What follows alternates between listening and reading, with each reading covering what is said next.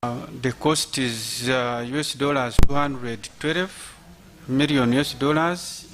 This project was implemented and successfully closed on 3rd April 2024.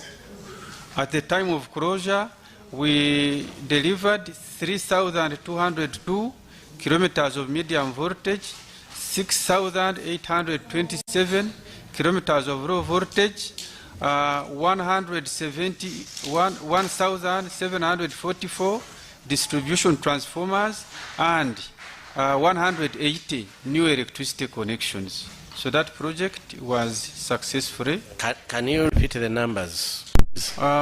Medium voltage is 3,202 kilometers. Low voltage that were delivered is 6,000. Honorable Chair, those, now that you've received the report, that's on page 5 at the top. Page 5? At the top. Okay. Kindly let's proceed. Thank you, PS. The third project, which is 3.3 in that report, is World Bank ERT3.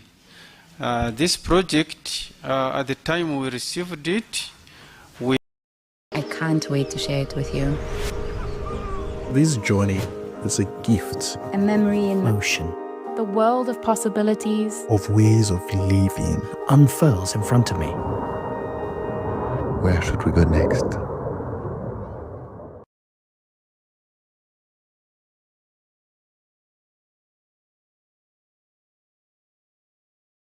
and 956 kilometers of low voltage and installation of 1,243 transformers.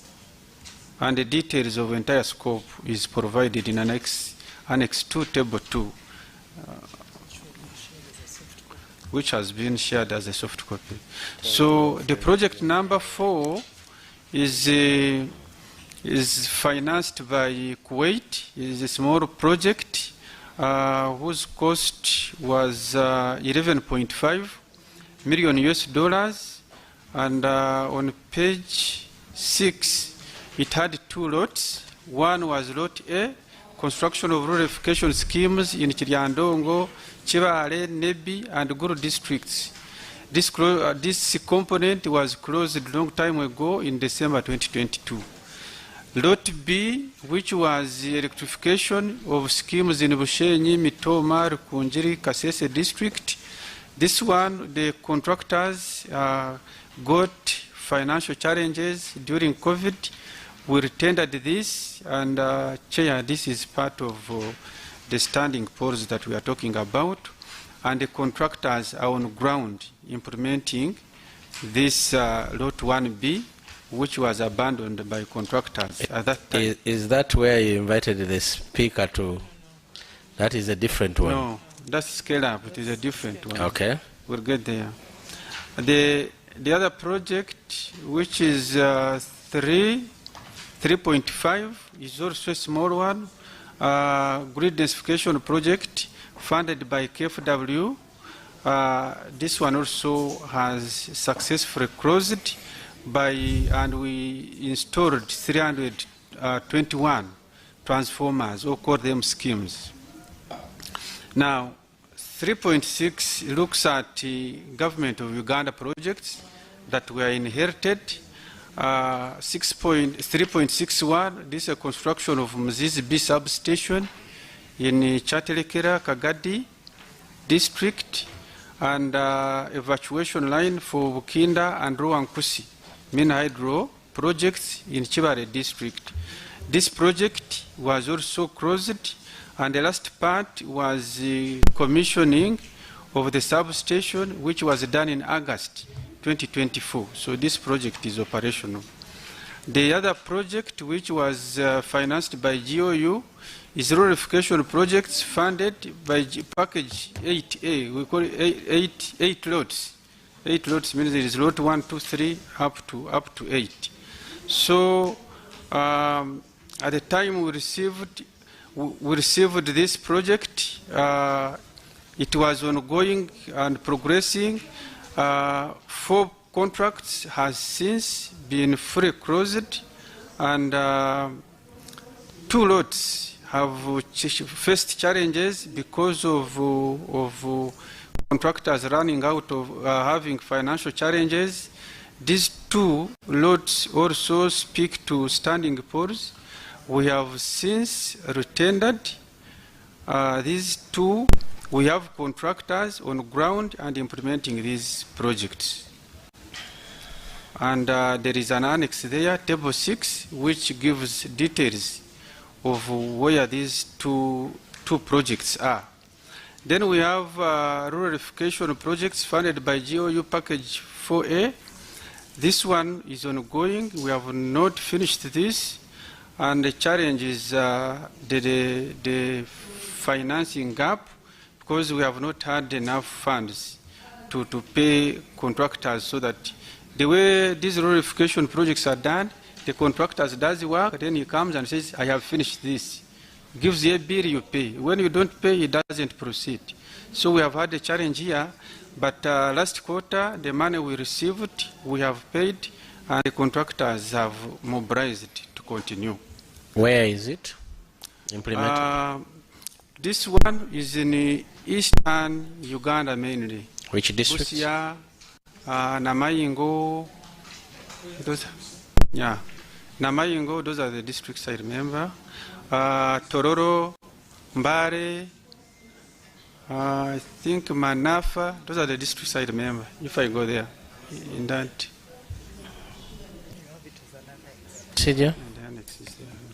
Thank you, Chair. Chair, the procedure I'm raising is in respect of yesterday's agreement. Because yesterday you guided that today we are speaking to the people, and they should come with a list of the beneficiary districts to know where they are working, where they have abandoned, where they have completed, such that we see how we can follow up as members of parliament. So for that case, kindly go back to project 2. Chair, this one speak to annexes, so if kindly use the microphone to tell the people of Uganda which projects were in this one speaks to annexes, and there is a table. Abdon, yes, open Chair. that document. Tell us which districts were which contractors, and they were working where. 3.62. Those contractors that abandoned the works, and where were they implementing the projects? Thank you, Honorable James. Engineer Ogulu.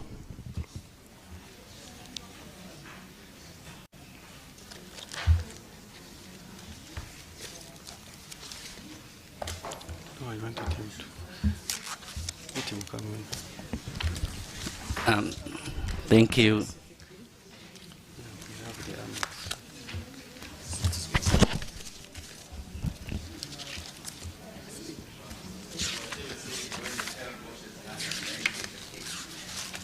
Where is the problem? Where is the problem? Engineer Ogulu, can you open for me that annex? I read through. Just the annex. Maybe the engineer was not following.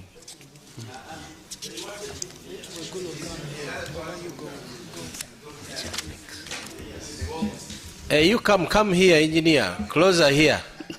It is warmer here. The spaces are.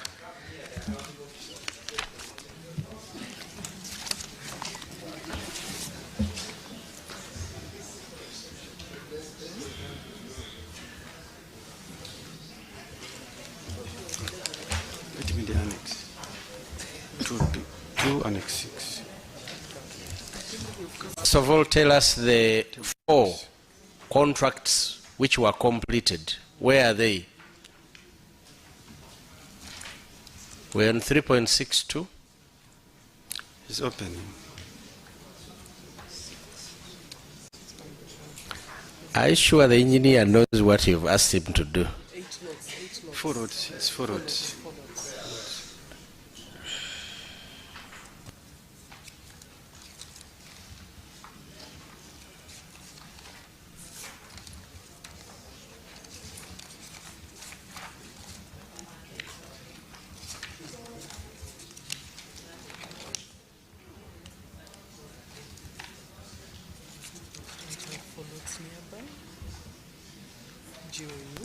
Chair, as the engineer at the list, why doesn't the maybe accounting officer tell us which project is that came and planted poles in our constituencies and didn't put Those wire? are the ones. Those are the ones. Those are the ones that he's going to tell us that the contractor was so. But Chair. Now, Chair, now I want to go on record. Our has not yet completed. So you let them bring it. Don't worry. I'm coming. Chair, at least for you they planted the poles. For me, 3 sub-counties, air supply. Honorable Swalswaka, you're going to state that. Okay. Hold on. Yeah. Abdon, you look like you're so determined to take away my minutes. No. Okay, speak off cuff. You have been working on these projects. Yes. So tell us, the project was implemented, 126 billion. One of the projects which is being done by Hasso Engineering is in Tororo. Abdon, beginning with A, the 4 projects that were completed. Well, you don't know them?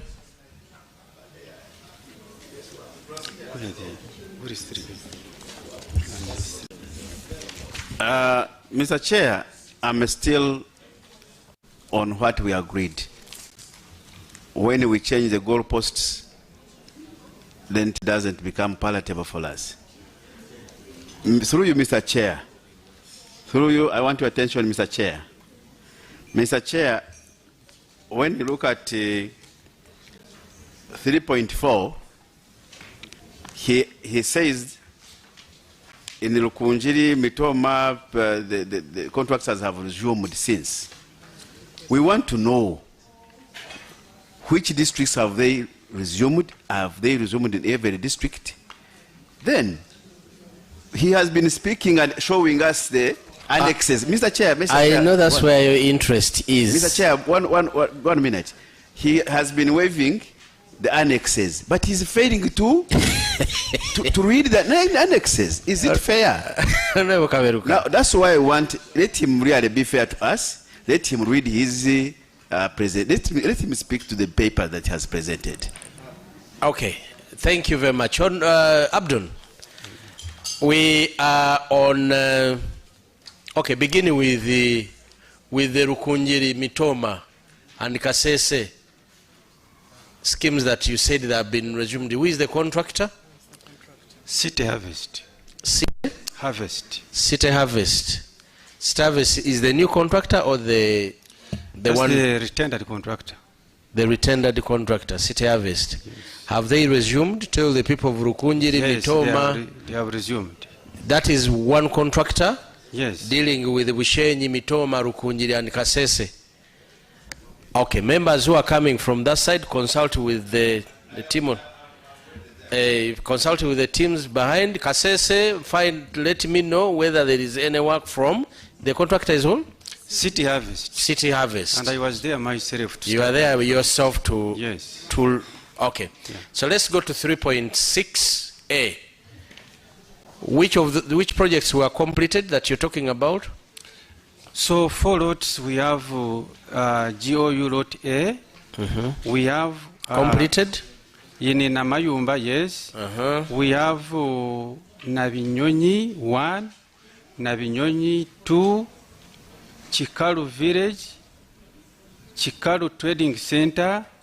We have Burafa Trading Center. We have Chigarama 2 Trading Center, Chigarama 2 Trading Center, Nawasangwa Trading Center. Abdon, you read me the districts. You say this was in this district. This is Namutumba. Namutumba. How many lines do you have? All these ones I was still in Namutumba. Now you've chosen to read me all the lines as they move. Yes. No. Tell me that in Namutumba I have this number of kilometers. Oh, they are not disaggregated here. You can't know. Disaggregate when I finish, because when the project is finished, I do what we call as built drawings. how many poles have been planted, how many kilometers. No, they do that at design, sir. No, at the end. At design. Well, at the design is an estimate. Okay. Proceed. Yes. Proceed. The fourth, you've done one, Namutumba. The other one, which district? Uganda. Then Lot 2A, it is 2 districts. Yes, those are 2 districts. Yeah. Lot 2A, I have Jinja.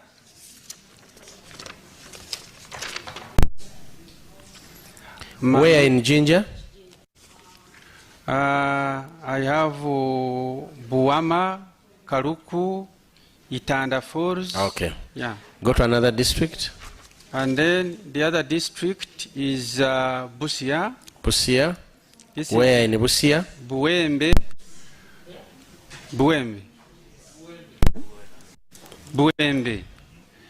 Bumurimba. Bumirambiko. That's okay. Move to another district. The other district is that's Road 2A. 3A is Budaka. Budaka. And in Budaka we have Mukanga village, Mateje, Matili, Budensi, and many others. Then we have. But Abdon, how come they are the same projects in Scale Up, Europe? I think what you're reading is what is in Europe. No, Chair. No. You're going to force me when we go to Europe. I'm going to force you, and you're going to read the same things. That's fine. They can't be the same. Okay. Yeah. Let's move. Because we can go and trace this project. Yes. So you have Tororo. Tororo. Bugwara. Nabiyonga. Musata. Gaba. Nyamirongo. Nyamarongo. District. Yes. Okay. Then 4A. We have Mbarara. In Mbarara, we have Kachwampare, we have Kahoma, we have Nutri Dairy Factory. Next lot. And the other district is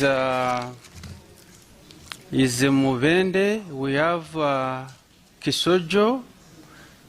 Where in Mubende, Kisojo? Yes. We have Nyangabo TC, Mpasana TC, Akarama TC. Then we have Ruwer, is a mechanical and engineering training center. Are those villages, towns in Mubende? No, this is Ruwer. Huh? Ruwer. I said where in Mubende? Oh. I just see coverage areas. Kisojo, TC. Kisojo. Nyangabo, TC. Bunyangabo in Mubende? Nyangabo. NYA. There's a problem there. Move to the next district. Nyangabo. That is not in Mubende. And Mitiana. Bukanaga village. Yeah. This one is difficult. Chikumanchima. Chikubanchima village. We have Omuntura village. Omuntura in Mitiana. Yes. Okay, move. We have Kabale. We have one scheme. Nyacharo village. We have Chiboga, one scheme. Rwamata. We have Kamwenge. Vigodi village. We have Ibanda. So those are the ones that were the 4 lots that were completed. Now, which are the 2 lots that stalled? The 2 lots that's told. Chair, this what I'm reading is four A lots, not 8 lots. I am on 3.6.3. I told you to read 3.6.2. We can go there. Eh? Yeah, we can go there. So what you've been reading is on the 4 lots. Yes. That is the 75 billion. And here you said this is work in progress. Yeah. Eh? Yes. This is work in progress. Yeah. You had only limited. You're only limited with the funding. So Honorable Kaberuka was specifically interested in this one. The 2 lots where the contractors faced COVID. Yet during COVID, they said that the contractors can continue to work. Financial challenge. They got a financial challenges. Because of COVID. Yeah. Okay. Tell us who are the contractors that got COVID? There was Global Comoro. Global Comoro. Global Comoro. And Mutiko. And Mutiko. Okay.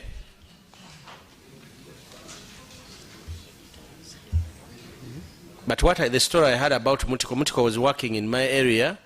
The story is that when they heard that Ray has been closed, they also took off. It was not COVID. They had issues. Eh? They had financial issues. Funding issues. Yes. So which were the affected districts? Chair, let me go there. I know what he needs.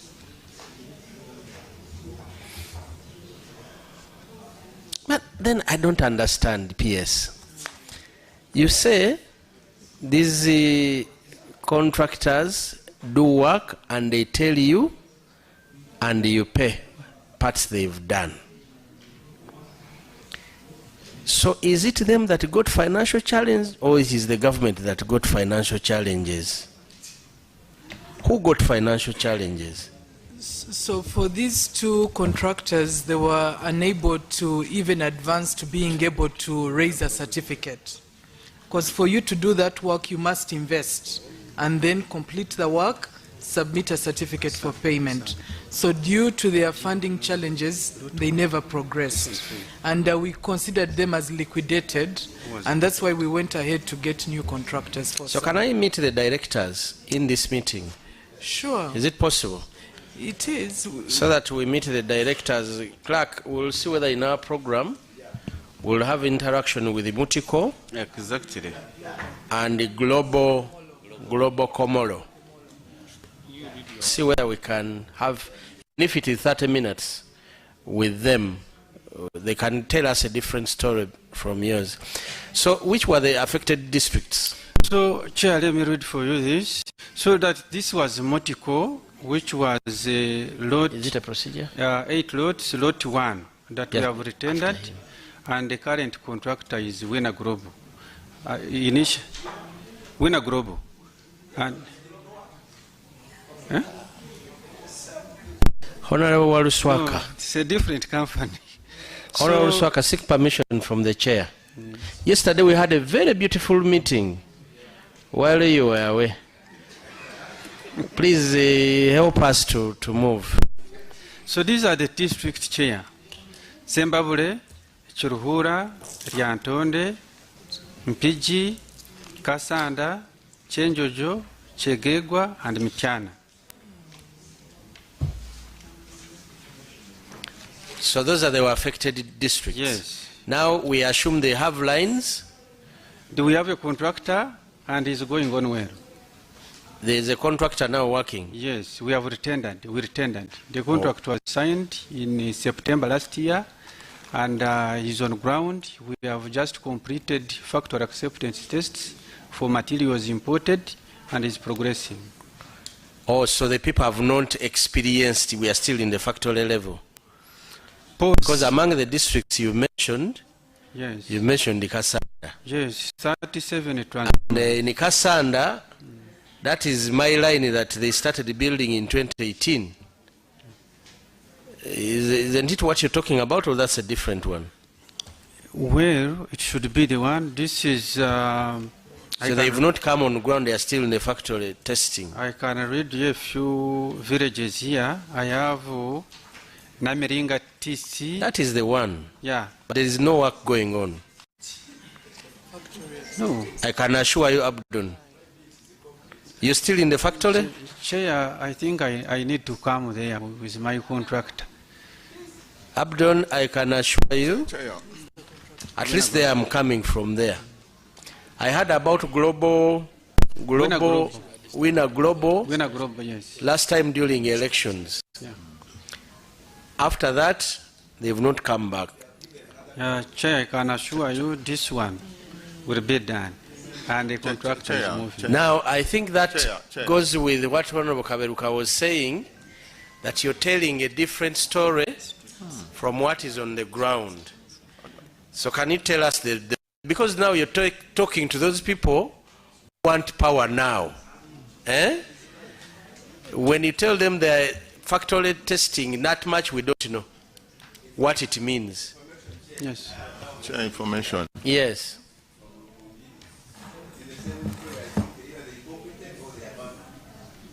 Chair, I think. Let me first have Honorable Kaima. Then maybe okay, procedure. Yeah, Chair, I don't think we are proceeding right.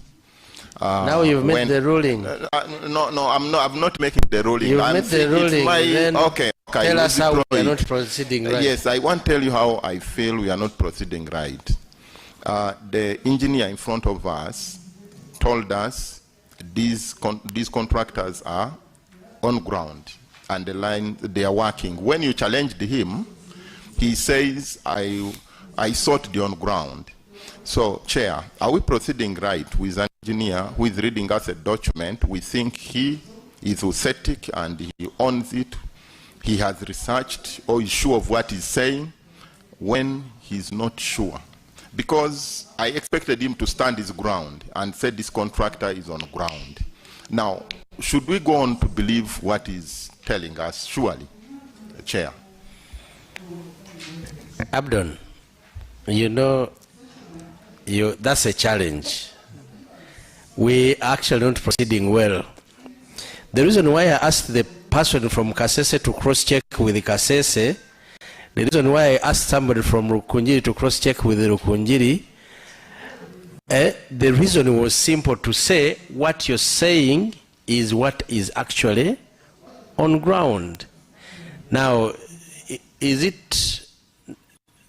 do we proceed to inform you now? Because it seems what you're reading that is not according to what is on the ground. I'm giving you, that is my line, that is where I come from. I have been crying for that line, the one of Kasanda you're talking about, all along. PS have come to your office severally. There's no engineer I've not talked to about that line. Now, if you gave the contractor was on ground last year in September, as you said, now we are in August. That should have been work by now, because what was left was to put the transformers. Okay? What was left was to put the transformers and connections. Now, I want to inform you, the contractor is not on ground. And it looks like it's the same story from, I've seen Honorable Frederick raising up his hand, seems the same story. Now, Abdon, you're going to end there. Okay? Now let me give you my members to tell you the stories. I'm also going to give them 20 minutes. Members, don't take too long. Tell them the story about power in your area, what is the situation. Abdon, take note. Sometimes you always ignore. I do, by the way. I do, but please take note. Yeah. Because I'm not going to spend the entire day here on this. Chair, if you allowed me, I would put the record straight. For instance, City Harvest is in Rukunjiri, and they are progressing well. They have planted poles. I am moving closely with the Honorable Minister. He can testify that City Harvest is in Rukunjiri. Isn't that the land that goes to Renshama? Isn't that the line? Confirm. I've been there in Rukunjiri and people were decrying. Honorable Chair. So let's move. I'm going to, Abdon, accept. I move to this side. That's okay, Honorable. Let me begin with the Honorable Kaima here. Thank you, Mr. Chair.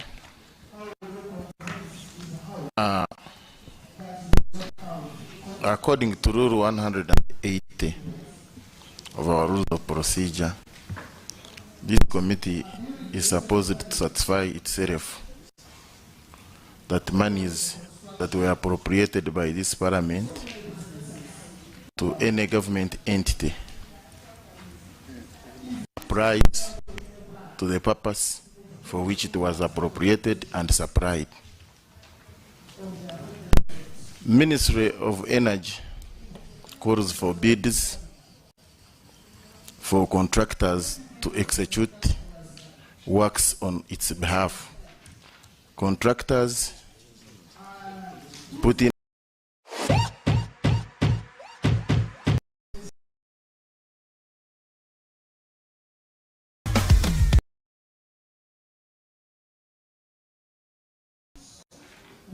that these contractors abandoned their work along the way.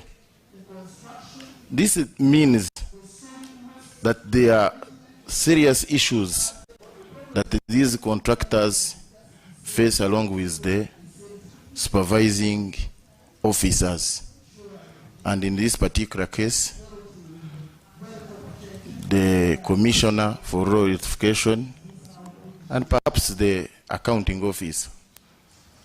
So, Mr. Chair, I want to commend you when you mentioned that some of the contractors who abandoned works should be invited to this committee. It appears there is a lot of frustration on part of contractors, which we need also to look into. So my humble submission is that all those contractors who abandoned their works should be invited. We also hear from them so that we proceed from an informed point of view. Thank you very much, Honorable Kaima. Honorable Alan, anything from your constituency? Yes, Chair, I just want to report to the committee that in my constituency, we are not any different. Poles were erected, we don't have lines. In fact, as you observed yesterday, some members didn't come back because of such kind of negligence. So, we, as a committee... Let's specifically talk about the areas. Yeah, in Kihungia sub-county, Biso sub-county, Biso town council, they brought these cement poles. They put them, but they didn't put wires. So people don't have power, but they see there was an indication as if they are going to receive power. Now you can imagine the political pressure. Abdul, can you respond to that? Buhunja, is it Kihungia sub-county, Biso Bulisa district. Biso sub-county. And which other? And the Biso, plus in Ngwedo. There is Biso sub-county and Biso town council. But we even have Ngwedo where there is CPF. The CPF, for them, they have power, but the neighbors don't have power. Even the center doesn't have power. Where the CPF staff go? Abdul, 1 minute. Abdul, 1 minute. 1 minute. That's a quick one. Yes. The poles are there, concrete ones, no power. Chair, you will appreciate that I have schemes. So many. Of 2,000 transformers. Yes. So I may not offhand. Okay, now kindly take note. Yes. Let me move to Wanyama. Yes, thank you, Chair. Mine is not different. Samia Bugo Central, that is in Busia district. I have 5 sub-counties, and the power extension, I think, should be at 20% in all the sub-counties. Largely, the power was moving up to the sub-county headquarters. Beyond that, and we have very key trading centers in every sub-county. with a very huge populations, business booming and all that. So people are saying without power. Actually, let me tell you, without power, my coming back is almost not there. And I think for most majority of the members. And you think Abdon cares whether I don't come back? I know he doesn't care, but he's funded. He's funded. Let him do his work. Okay. We have areas with just poles planted, like he's mentioned. In my place also I have like Nbuluwenge parish, Nbuluwenge sub-county. The poles have been there for years. I think over 5 years. In fact, if it was wooden poles, they would have removed them and used them for cooking. Thank you. Thank you. The next person is a former chairperson of Natural Resources Committee. I don't need to ask him because they must have settled the problems in his constituency. I can move to the next one. Chair, is there any problem? Honorable Chair, good morning. Good morning. And good morning, colleagues and our visitors. I'm sorry I came in late. My name is Herbert Edmund Ariko, a member of this committee, former chairperson, Environment and Natural Resources. Chair, I would like to benefit of following what is going on first before I probably I'll request you to make a comment later. Yeah. Thank you. Thank you, Honour Chair. Honour Chair, I think at an appropriate time I'll share with you and the clerk. Chair, the loan of ADB and the Exim Bank, you remember, Chair, this loan came on the floor in the 10th Parliament. And because we wanted power, we never debated. And with me here I have all the lines which were designed. And Madam PS, I remember when Joanne and Flavia, those who are coming from Rare. Chair, I have 4 sub-counties. Please, you put your name. Which they surveyed, nothing took place. I've gone to Wegulo's place several times.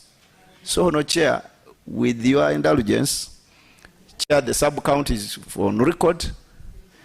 Now, Anjofu sub-county, Busaba sub-county, Busaba Town Council, and Budumba. The polls are there. Nothing. They just went there. That's why you said that we are better, because you have the polls. Chair, for you are better. And Chair, I want to end here. Yes. Tell them your PLU. No, Chair, you are just talking. And Madam PS, PLOU is not a joking subject. The Chair and the other members can laugh, but technical officers laugh carefully. Because our people are crying. And indeed, Chair, you are helping us. So on that note, Madam PS and Commissioner, you not have those mentioned the sub-counties. Yes. Thank you. I'll give the details to you because they are already designed. The designs are already done. Thank you, The issue is implementation, and I beg to move, Chair. I'm escorting my Secretary General, PLOU. We are going to the Kabaka's Matikira. Okay. I'm one of the members, so allow me to leave. But Madam PS, please. Thank you very much, Honorable. Thank you very much. Honorable members, let us move quickly. If we don't move quickly before we know it, these things are alive. You'll get a number of members of Parliament who will join in to say things are in their respective constituencies, and you may not stop them. So move quickly. Thank you, Honorable Chair. Once again, I'm Chen Geoffrey, Member of Parliament for Kyoga North, Namolata District. In my constituency, I have 9 sub-counties. So in the 9 sub-counties, I have 2 sub-counties where the poles are there, wires installed, but for the last 4 years, there's been no power. And then we have health centers, sub-counties and schools where there are others, like there are health centers that needs transformer. There are other busy business centers that also need a transformer. when the president went to the district in 2025, he directed, and some teams from Ministry of Energy went, but up to date. Honorable, have you mentioned the sub-counties? The sub-counties are a Tam Town Council, a Tam Sub-County, Awelo Sub-County, Arochek, Akwon, and Aputi. Ah, all those ones. Yes, please. They so all my request is that if those other sub-counties where the poles are there, even the wires, if light power could be on it, that would be good. Honorable, and then also the L centers. Honorable moves systematically. You're saying there are sub-counties with poles, no wires. There are sub-counties with poles and wires, but no power for the last 4 years. Which sub-counties are those? Those are the Tam Town Council. Tam Town Council? A Tam Sub-County. Tam Sub-County. They have poles, wires, no transformers. No transformers, no power. Very good. And then we have another 2 sub-counties where we have the sub-county headquarters, the L Center, and one of the busiest business center. And that one, even the president directed that the transformer be put and connection to the L Center and the sub-county headquarters be done, but up to date. The team went from Ministry of Energy, but up to date, nothing has been done. All right. That one is Awelo or sub-counties. Thank you, Honorable. And then we have Aputi sub-county. That is even where I come from. There are wires 3-phase, but no transformers. No transformer. And people cannot connect. That one is Aputi and Akwon sub-counties. And then lastly, Arochek sub-county. That one, there is poles, power, but we even wonder where they were now connecting. It just followed the main road and no connection. No one has connected. Thank you. Thank you, Honorable. Let's move to Tororo. But Honorable Chair, maybe lastly, I would request if it is very difficult for the ministry to intervene in some areas, for instance, like L facility, where they need power, if you could guide me on where we can buy the transformers, then it would help our people. But if not, then we would be failing, because I'm aware in that same facility, the Vice President next month is going there. And it would be the same request. They requested the President. You've used a lot of time. Thank you. You've made your case. AI is changing the game for app development. Firebase is here to help. Easily build AI-powered experiences into your web and mobile apps with speed and safety. Then launch, monitor, and iterate with AI-assistive tools that help you optimize your app's quality and experience. Firebase helps you run your app with confidence, deliver the best experience for your users, and get to market quickly and securely, doing what you love. Make your app the best it can be with Firebase.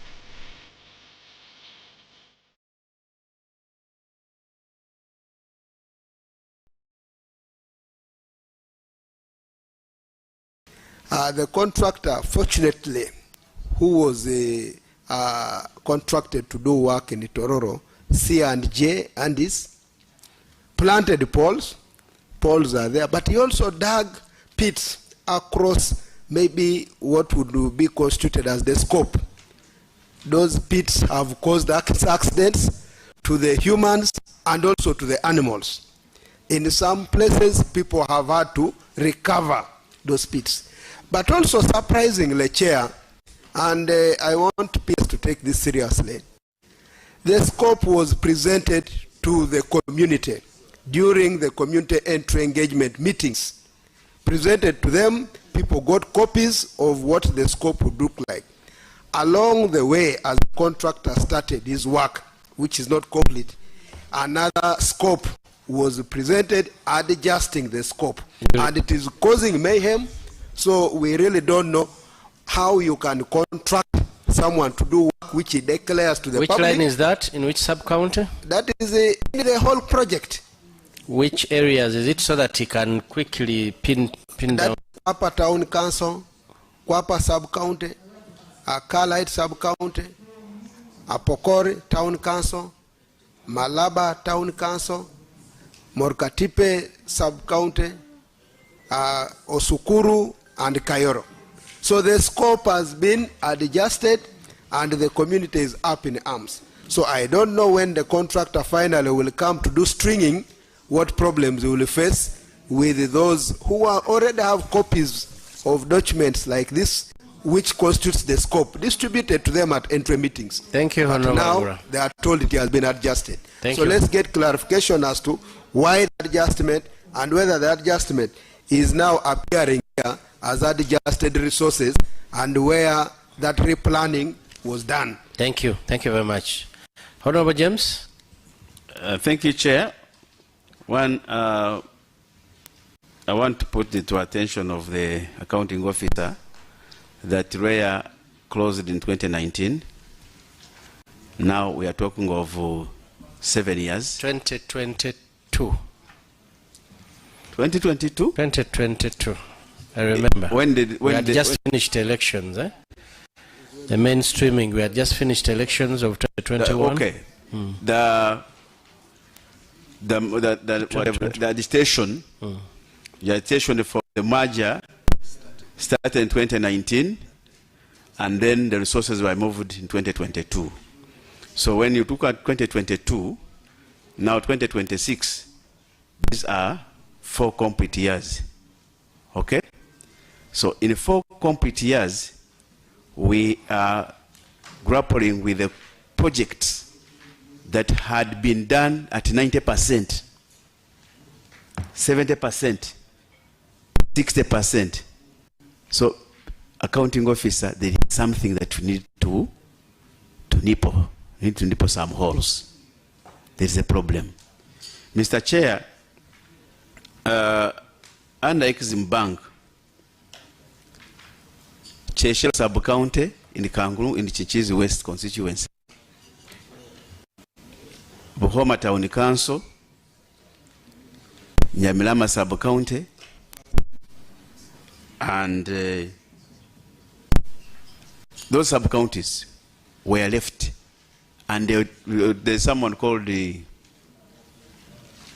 Yesu or Yesu. So that Jesus came, was sent, and I beg your pardon. There is an engineer called Yesu. He's a good man. He came to re-verify. He re-verified and took the report. That's about now 3 years ago.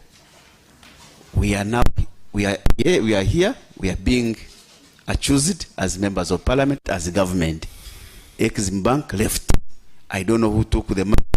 I don't know who did whatever. I need an explanation to those sub-counties. Mr. Chair, on SMEs, I'm happy that the accounting officer has talked of some SMEs like that one of Tungamo.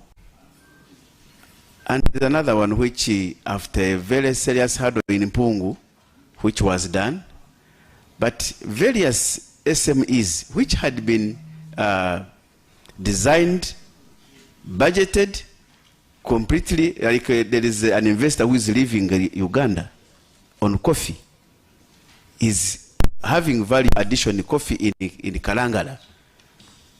And I think everybody has reached there, including one called Irene Mutibwa. Joan Mutibwa has reached at that point. What informs you on how, on when to work on a certain SME?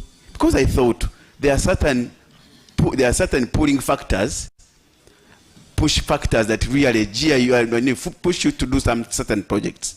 Because those projects that are really giving employment to the people of Uganda should be given high attention to be implemented.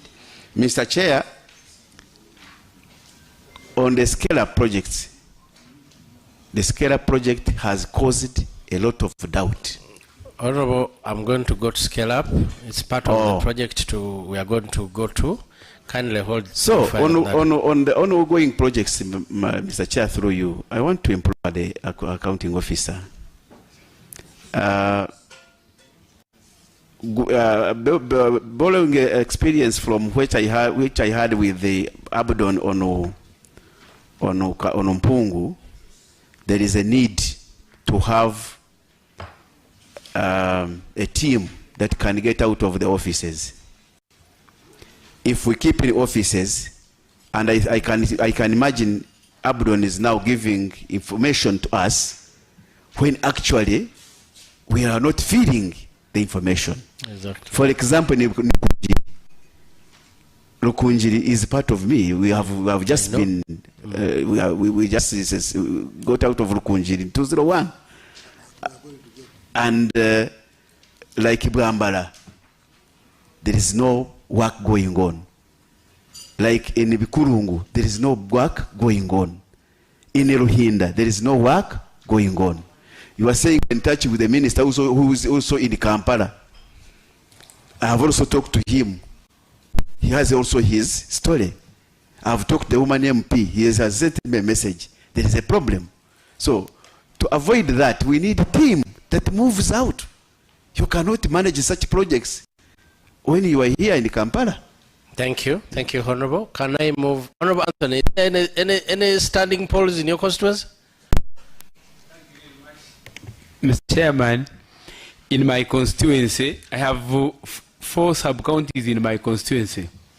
Which one are those?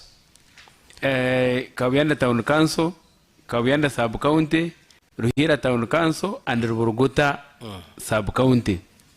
The electricity coverage distribution in my constituency is about between 10 to 20%.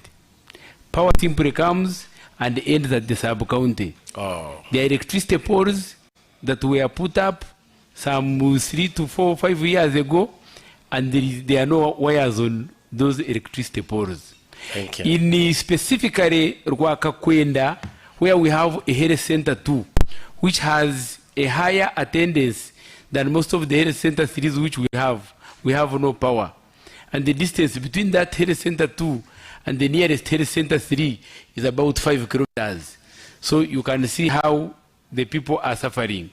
In Ruhira Town Council, power simply ends in the town council, and in the surrounding villages which form the hinterland of the town council, there is no power. And we have a lot of coffee production where some coffee harrows would be put there to increase on value addition. So I want to inform the ministry that for us we have an advantage. We have a power, a dam in Kagati. So we do not want your power from Jinja. Just come and tap from the power the dam which we have in Kagati and give us power. Thank you very much, Anthony. The man tells you that there is a solution. Yes, and we have also informally talked about it. In just 1 kilometer from Kawianda sub-county, which is a main town council and the headquarters of a constituency, we have a town which is half Kawianda sub-county, which is just about half a kilometer where the former member of parliament was coming from. They just simply see poles, they see wires, but they have no power in their houses simply because there is no transformer. So thank you, Anthony. I can tell you how it happened. There was a minister here who said he gives them poles, give poles to those members of parliament and promise them that power is coming. That's how those poles sometimes ended up in those constituencies like that. Honorable Wanzala, can you quickly make a submission and I move on to the 3 remaining colleagues? Thank you, Chair. My name is Achiria Grace Wanzala. I'm the Honorable Member of Parliament representing Butembe constituency in Jinja District.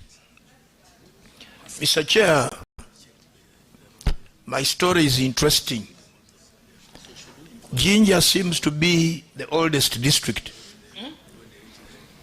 But maybe because of the cutoff and so on, we are now called rural.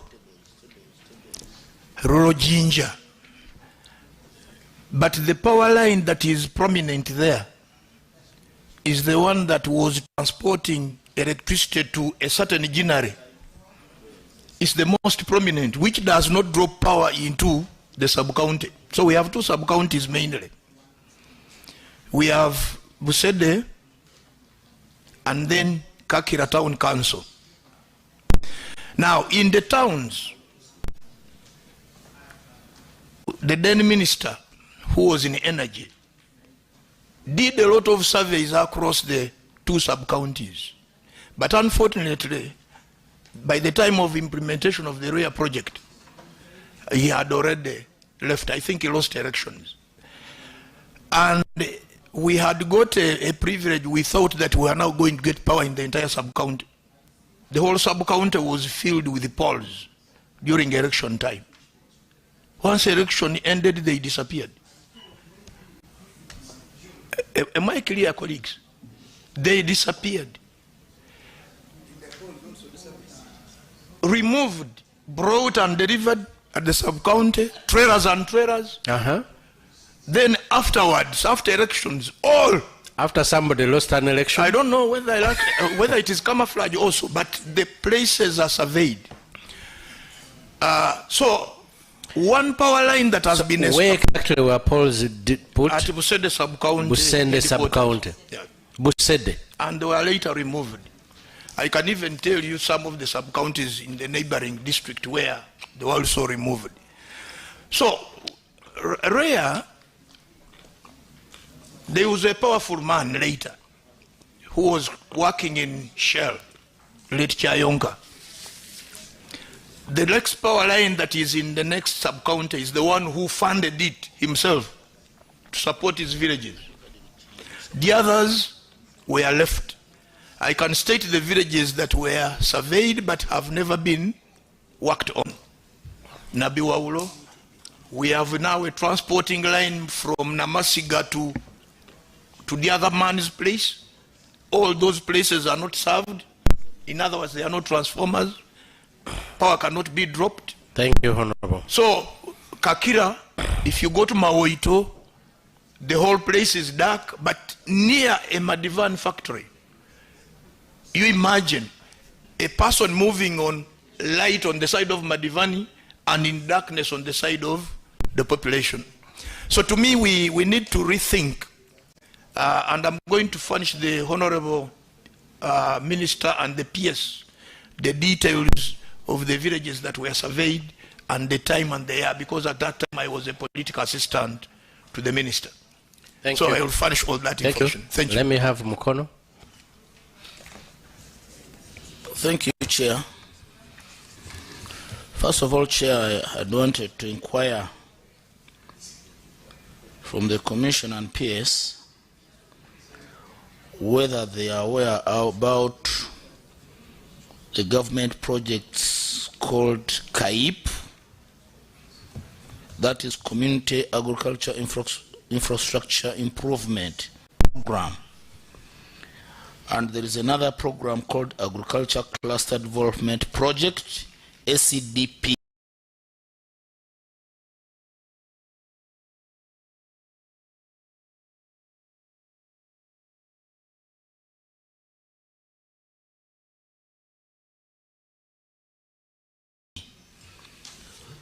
Kasanda as a district has such two projects.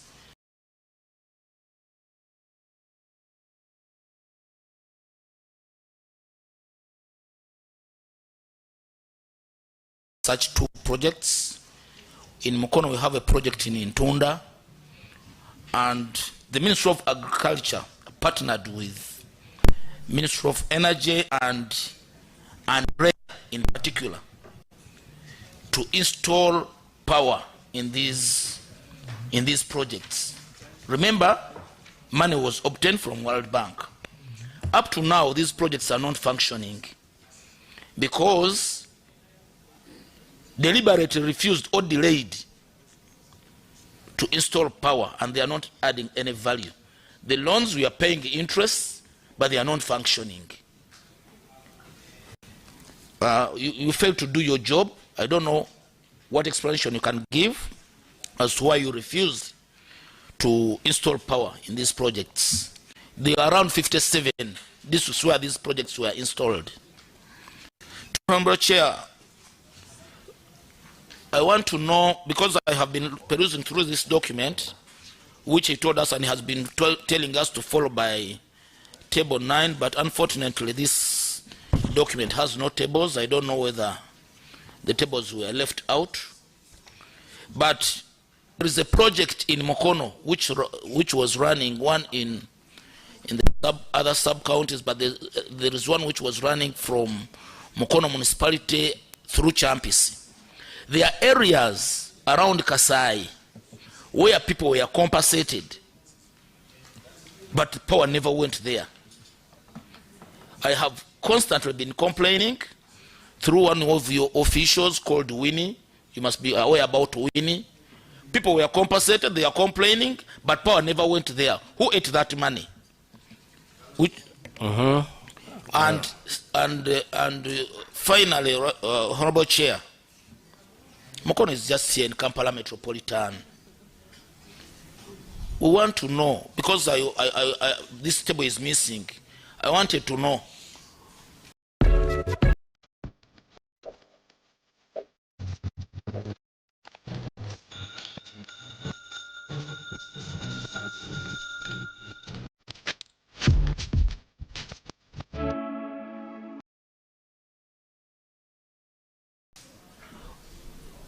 We're in Kampala Metropolitan, people in Karamoja are getting power, people in Rukunjiri are getting power.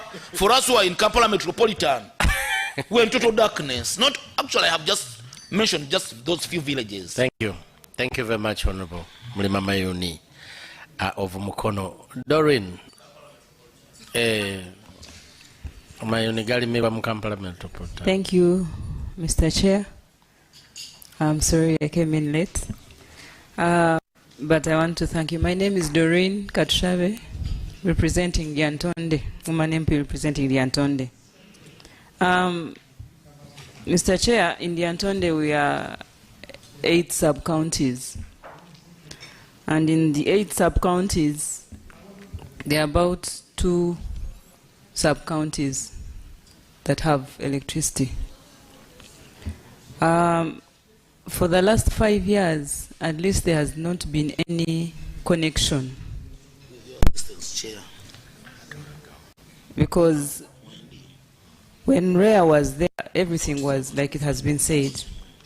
Lines were put, poles were placed, but no connections at all. We have like one sub-county in Diakajula. There is a particular parish that has had a government machine for grinding that is supposed to support that village, I mean the whole parish. But for the last 5 years it has been dormant, not working, because of lack of the connectivity. So my humble request is that at least even the poles and the lines that have been disconnected, some of them have been vandalized. If it would be okay to have these connections done, even these wires or the poles should also be Doreen, have you mentioned the sub-counties? The sub-counties include Mpumude, Diakajula, Kashagama, Kaliro, there's Kaliro Rural and Kaliro Town Council. We have Chinuka. We have Lyantonde Rural and Lyantonde Town Council. Okay. Honorable Feligo.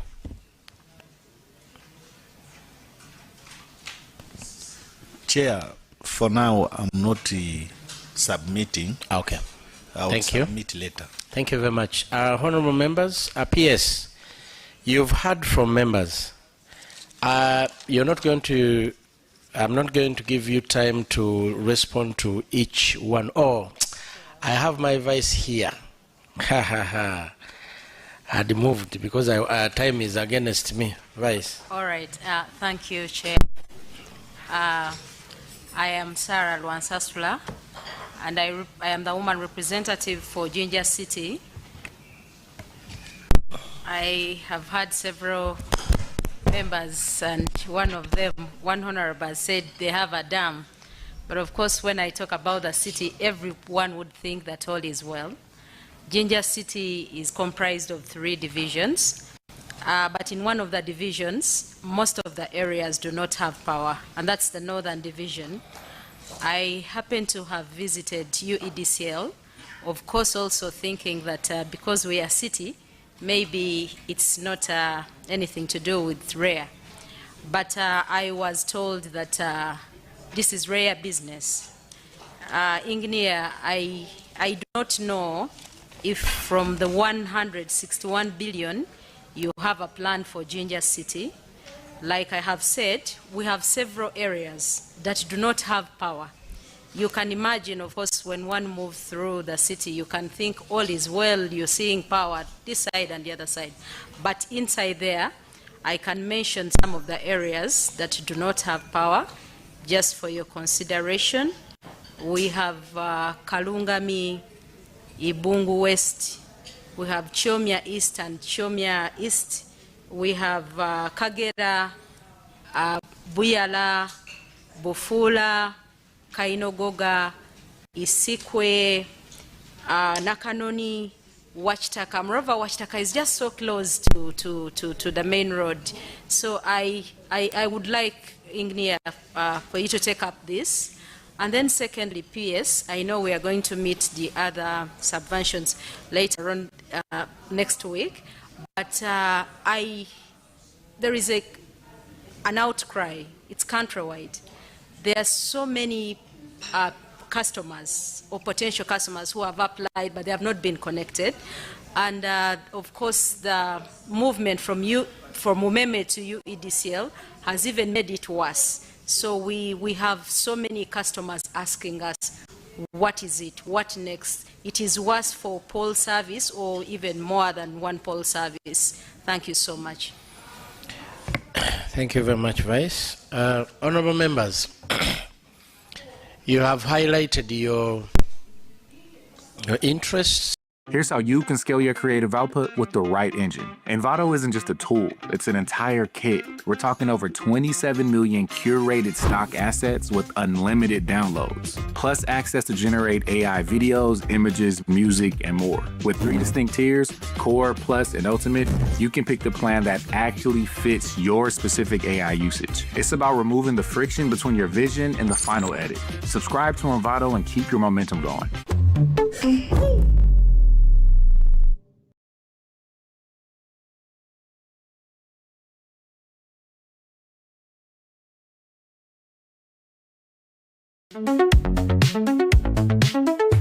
Control your Nextcloud data.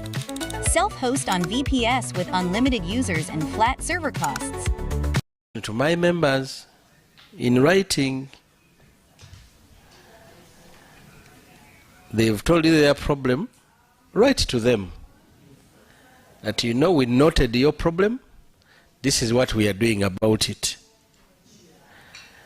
And remember, when you receive that, you can tell us when you're planning, because some of their constituencies are in the plans you have, and we are not aware. So check through your work plan, see whether the constituencies are going to be served and when they will be served. But most importantly, I don't know how this government looks at things, but I would have looked at you, if it was the NUP government, would have looked at you very uglily, because you cannot embarrass us as a government. You come put up polls and you run away. It looks so bad, by the way.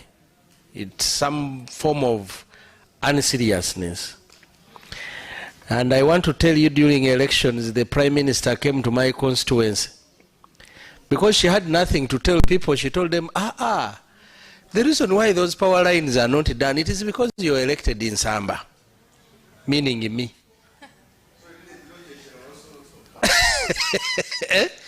So the Prime Minister, imagine if a Prime Minister of a country would have come and say, we are working on this land, the state is this and this, she could also not find a proper reason.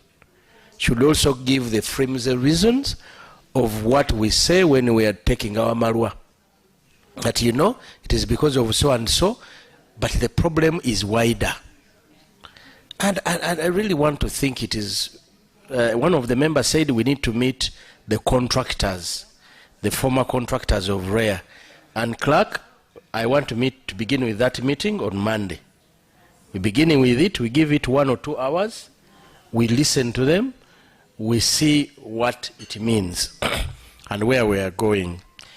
Madam PS, I want to end there on that note.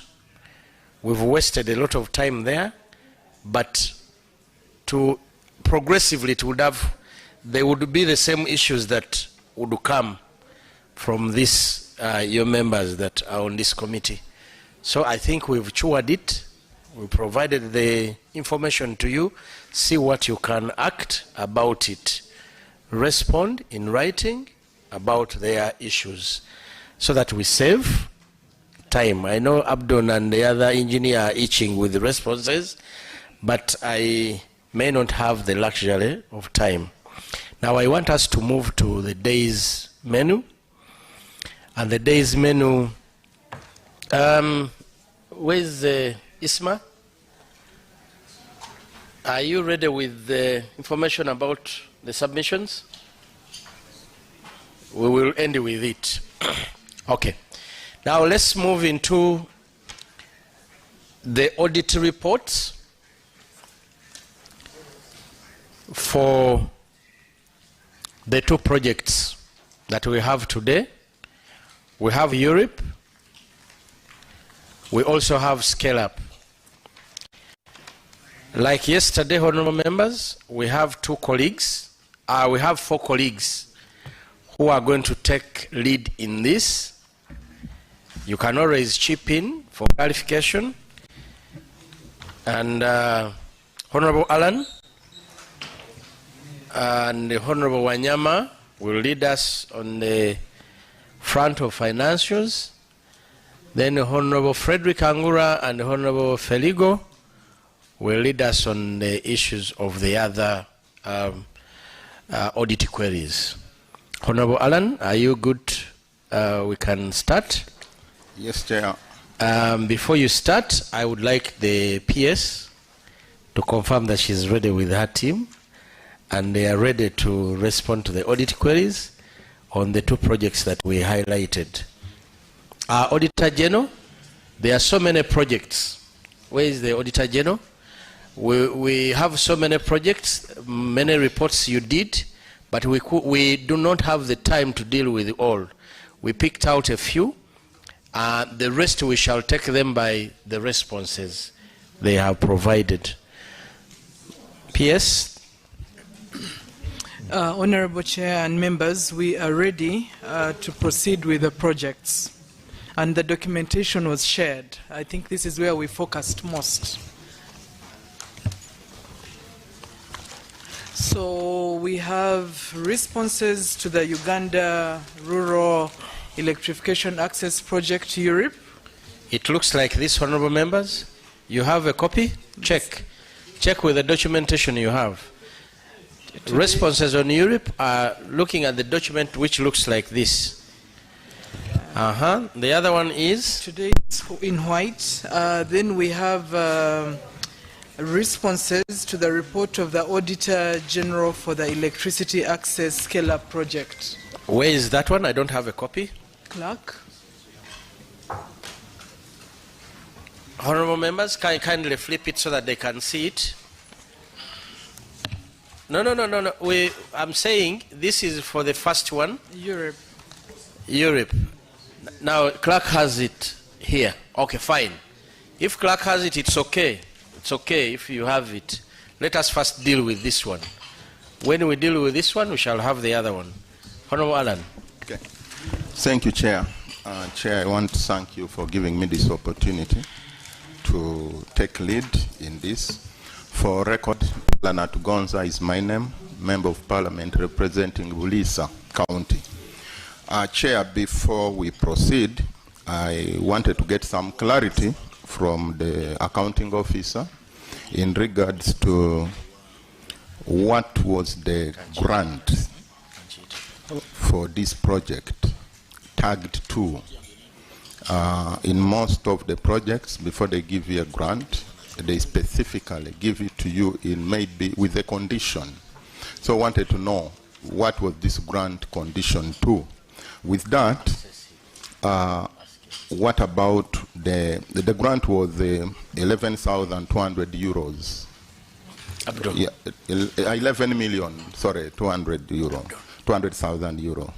Then there is also the government of Uganda contribution of $9,355,000,000. What was it meant for in this project? Before we proceed, we want to get, members need to get that clarity. Thank you.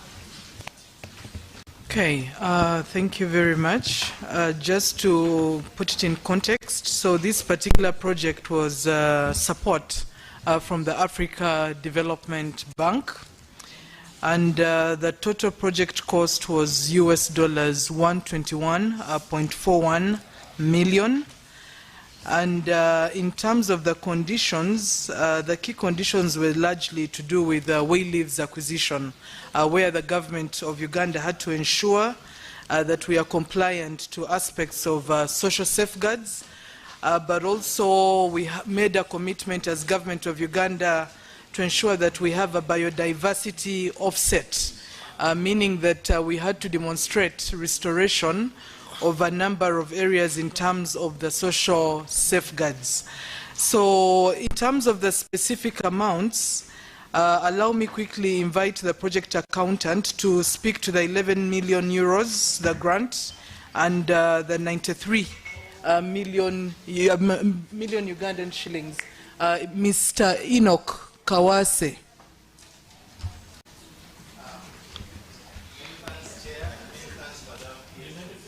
Use the microphone. He's going to clarify. Please pass over the microphone. This other microphone. There is a mobile microphone. Pass it over. Kindly move that microphone. The wireless is that one is working. It's not working. Hello. Thank you very much, Madam PS, and thank you very much, Chair and the committee.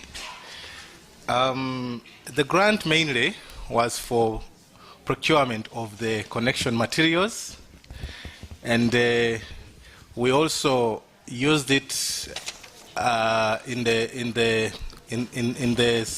UMEME supervision of works. So it's basically procurement of materials, and then it also funded the works bit of it as per the statement. Then for the bit of the counterpart, if I may speak to the numbers, like about materials, you mean transformers? You mean what? Connection materials. In connection materials, we have they are called meters. Then we have the cables. Can you break down the budget quickly of the 11.5 million euros? So Kawase will be supported by the project manager, Mr. Samuel Bishop, for the breakdown. Quickly. Isn't it what you wanted?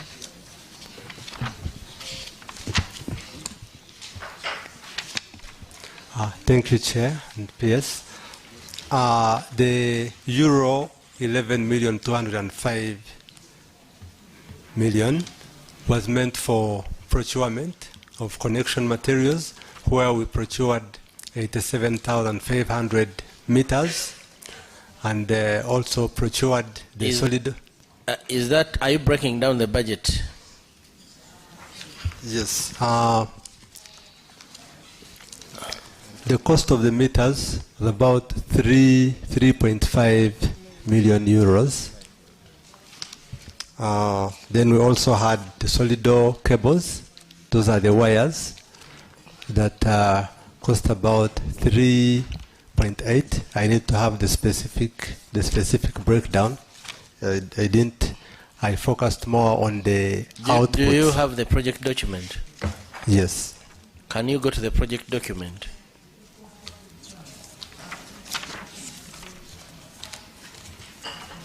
Because money cannot just appear there without a purpose.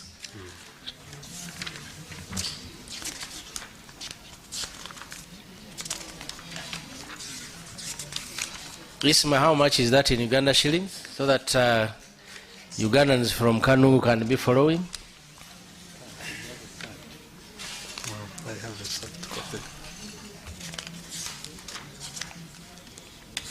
Are you the project manager? Yes, please. For how long have you been the project manager? For 9 years. 9 years? Yes, please. Okay. Kindly break down.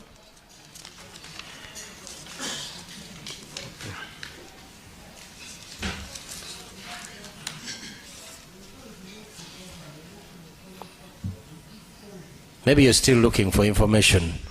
Please, Honorable Alan. Yes. Looks he's not ready to answer that one. Yes, let him confirm that he said there were 8,500 meters which costed 3.5 million for that grant. That's what you said, Bishop.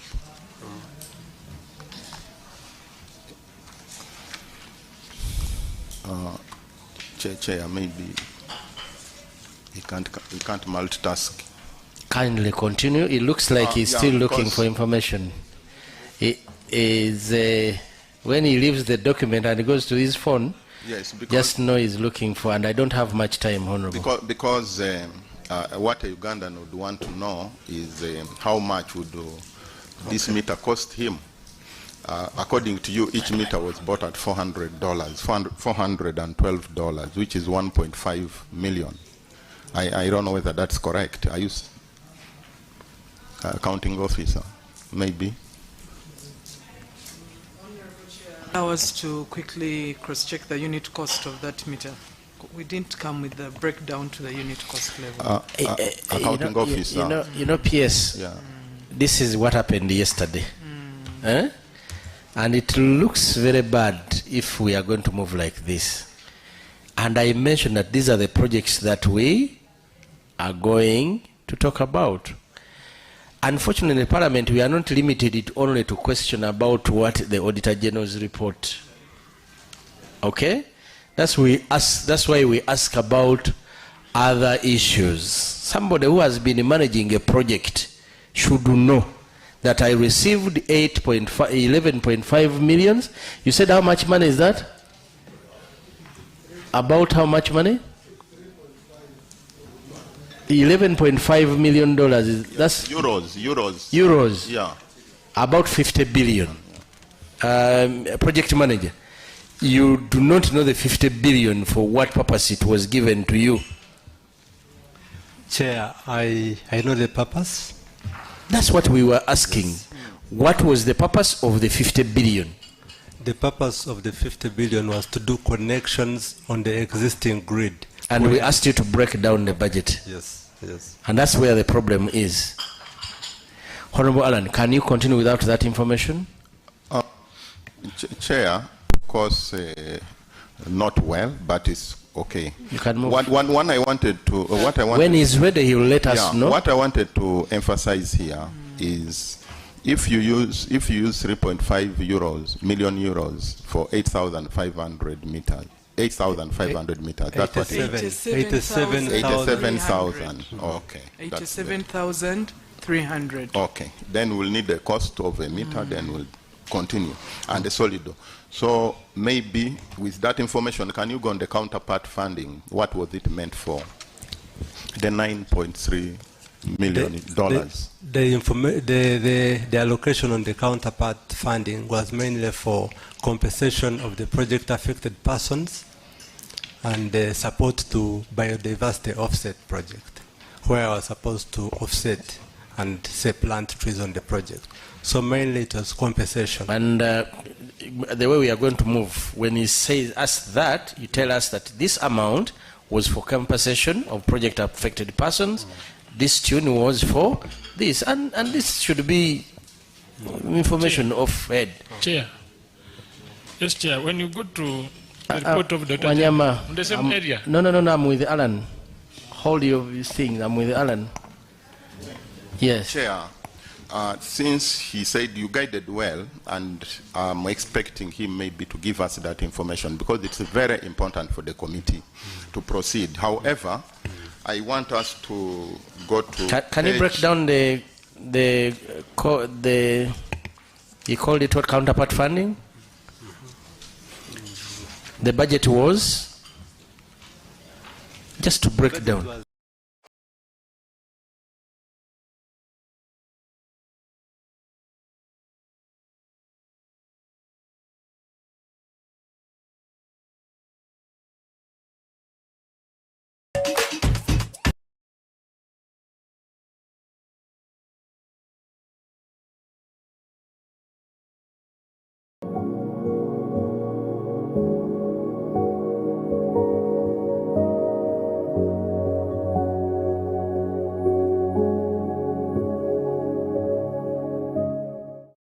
Is because of the PAPs now. Now we know where you got the money to clear PAPs. And that's like 34 billion. So I would request that we go on page 9 of the Auditor General's report. Honorable members, you have the Auditor General's report. We are on page 9.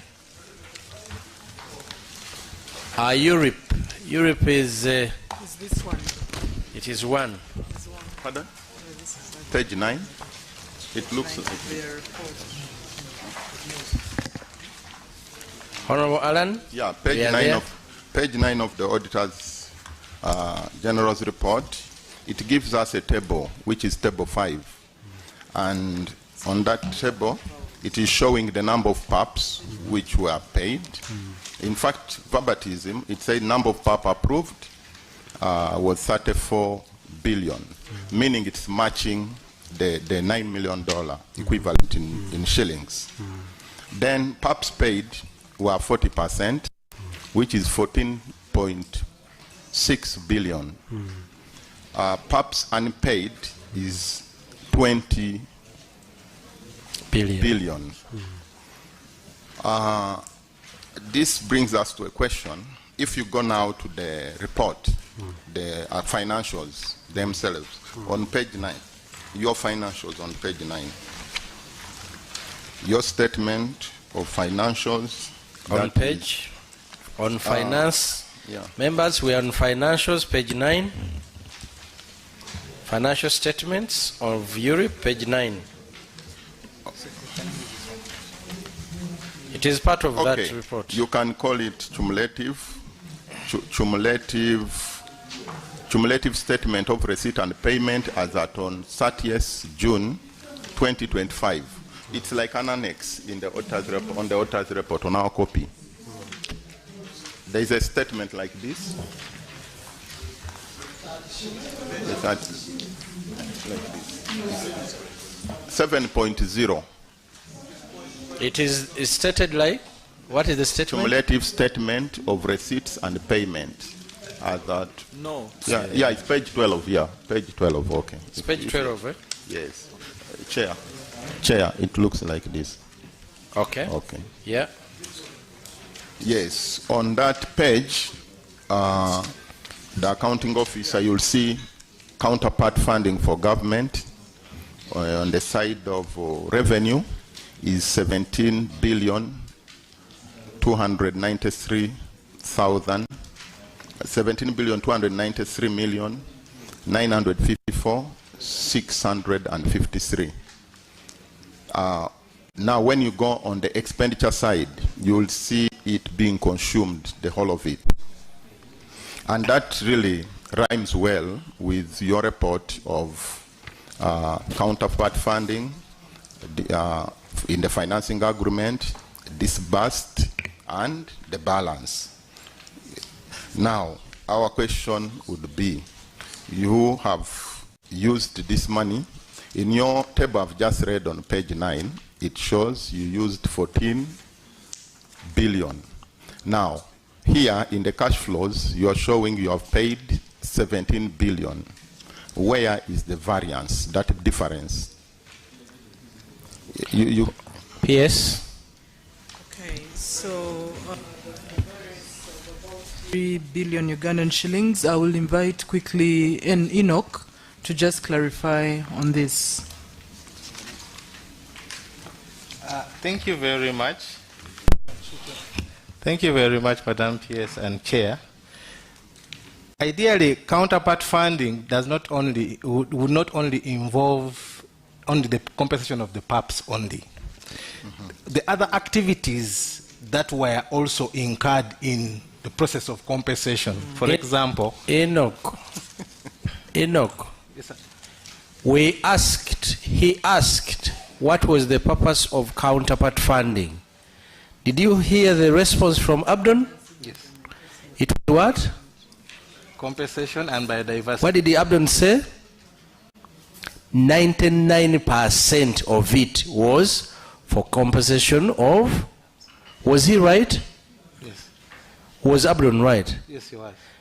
Why do you then want to divert from, because now you've started the politics. Now tell us the truth. Chair, it's not politics, but what I'm trying to respond to is, in the financial years, there are facilitations of teams to go to the field before the collection of the values of the PAPs.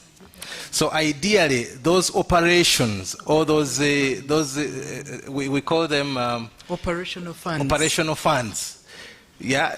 At the end of the day, they add to the figure that. Now you move like this. You move like this. Sir. You tell us that you know of the 17 point. Is it 17 point what? 2? 17.293, Chair. 17 billion. 17.2. You move like this. Tell us of that. PAPS received this, then our movement received this. That's how we are going to move. You tell us, you don't explain. You know, we are bigger politicians. When you go into politics, you will not manage us. Thank you very much, Chair. Let me invite you to page 16 of the financials. Yes. Those lines under 10.4, transfers received from government of Uganda. You said page 15? Page 16 of 16. The financials. Yes. Page. Of the financials. Page 16. Transfers.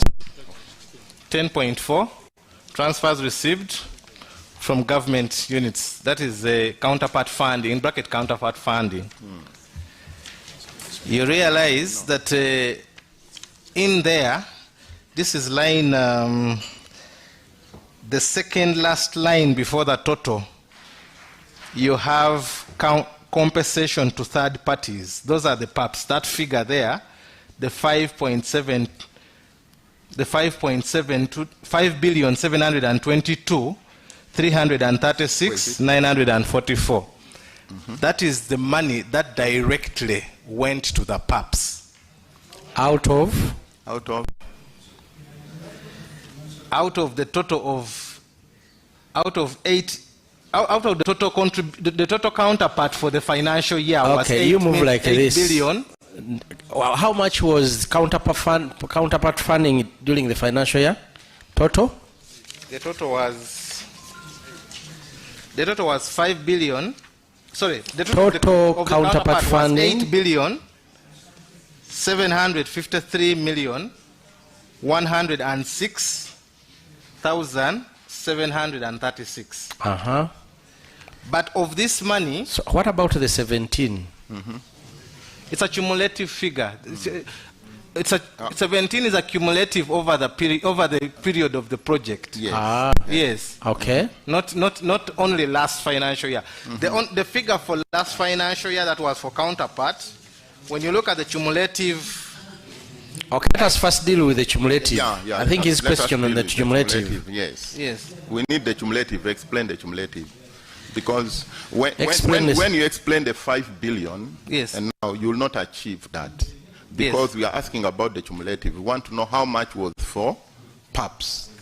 Assuming the government counterfund funding is meant to settle PAPs. So and remember, you said the project closed. The project closed, and the engineer had said 1% was for those operations, then the 99% was for counterpart funding. So we are basing on that, at least to have some figure to rely on. So help us, give us the exact figure to rely on. Through you, Chair, I would request that since this is a cumulative figure over the period, and counterpart funding includes even the facilitation of the activities to enable compensation, at the moment I am not in position to extract specifically the money that goes to that went to Just go to the accounts. Here we don't talk stories, you talk accounts. It's a cumulative figure over the years. Exactly. You can still, over the years, there is information relating to what you're talking about. So I think the request he's making to quickly go through the accounts and pick for the previous years. Maybe, Chair, through you, Chair, let me maybe now expand it. Chair, I have with me the parliamentary committee report when they were looking for this funding. In this report, rightfully so, the accounting officer said the funding was 121,405 USD. In this breakdown, which you people have failed to give to us, there is project administration and management. And from the accounting point of view, that's where that supervision and everything fall. Now, that was 3.8 in total with audit and others, 3.883 million US dollars. So I would expect if you are, the team is going to the field, an accountant will have to tell us, these are the account codes to charge, not now the RAP part of it. So maybe we need some to hear from you, accountant. Have you understood it, sir? I beg your pardon, sir. Okay. With me, I have a breakdown from our team, which breaks down how the budget for this project. You have a budget line called project. Okay, there are 4 budget lines. Component one is grid extension and last mile connection, which was meant to, which was allocated 104 million US dollars. Project administration and management has project supervision and management $2.4 million. Audit services 158 thousand US dollars. Operating expenses $1,315 million. Then 3, technical assistance and capacity building, $358 million. ESMP stroke ESMF stroke ARAP and tree planting, that's now the counterpart financing I'm talking about. It is $9,355,000. So the explanation you're giving this committee is that part of this RAP money, which had a clear budget item, and the operating expenses wasn't part of this because it's already budgeted for and given $2.4 million, is you are charging operating expense from the RAP money. That's what you are telling this committee. Can you confirm that? And if yes, what did the $2.4 million do, which was meant for operating expense? Yes, can you confirm that that is correct before he answers? Honorable Chair, in the design of these projects, indeed, we do have a component of project administration and management in terms of the operational costs of running the project implementation units, payment of wage and non-wage. Thank you. Do you agree that counterpart funding was meant for RAPs, project affected persons? What we can clarify is, because when we are doing the resettlement action planning, they are associated activities to this resettlement action planning. When we are doing the RAPs, We have to, of course, undertake the valuation, work with CGV, go through disclosure. These might not necessarily have been under project admin costs as originally designed. But as part of the RAP, we must execute it, and we most likely, and we can confirm, these $2.44 million, we'll verify, must have gone to those associated activities for the RAPs. Because usually you can't predict and estimate exactly what you're going to spend on these RAPs. So it must have been the field-related activities to support the execution of the RAPs. As the accounting officer, do you know how much the project closed? Do you know how much in total? How much money was spent on project affected persons in total? In total, Right Honorable, we can give that quick breakdown, and that's the 17 that we wanted to quickly categorize. And by now, Kawase should have that figure. Kawase, do you want to answer? The project manager has it. Thank you. Thank you, Chair. To clarify on the figures, yes, the project had 4 components under the financing. That's the works. There are 4 categories. There's works. Then we have services where we have the project administration. Then we have the operational costs, and we had ESMP. Now, the ESMP and RAP services, that's the GOU component, the $9.335 million. So the operation, the project administration and management was mainly financing consultancy services. That is the supervising consultant. We also had feasibility studies for future projects under the same financing.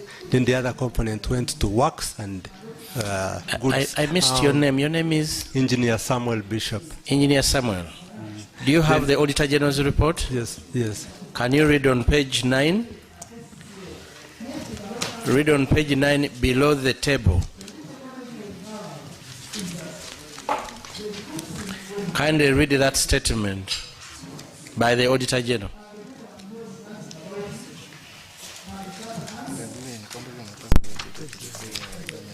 Page 9, below the table. The delays in compensation of PAPs was attributed to the failure by government to avail counterpart financing in a timely and consistent manner. Notably, the bank granted a no objection for the utilization of uncommitted loan funds amounting to US $3.6 million for compensation of PAPs. And that in total, Uganda shilling 3.6 million is total how much? About 12.6 billion. About 12.6 billion. Yes. When we add it to 17.2, is that, am I correct? Mm-hmm. It goes to total of how much? 29, yes. Total of how much? 29.7 billion. 29.7 billion. Yes. That was available for compensation. Yes. How much did you compensate? 27, about 27 point. No, you read the table 5. Okay. Thank you, Chair. That part of our clarification and response to this query, GOU contribution towards compensation was about 14. The total amount that went towards compensation of PAPs, that is the 15,096 PAPs that were reported in this report, mainly utilized the GOU counterpart financing that contributed about 14.6 billion. Then the engineer. Yes, please. Engineer. Yes, Chair. I've done the simple mathematics. The simple mathematics is you have 17.2 from GOU, Government of Uganda. You have used 12.6 from the donor. Yes. That gives you an opportunity to have 29.7 or 30, thereabout. Now in table 5, PAPs paid is 14.6. Isn't that correct? Yes. And you here explain that the other money goes into, they said that it goes into advance team. So do you want me to believe that the 16 billion went in advance team and you're only able to pay 14? Thank you, Chair. At the time of audit, that's by December, we had not utilized the financing from the African Development Bank, the $3.6 million US. But I'm giving an update as of the status. At the time of project closure, that's by 31st of March of this year, we had spent a total of about 27 billion on compensation of PAPs. Engineer, don't confuse me.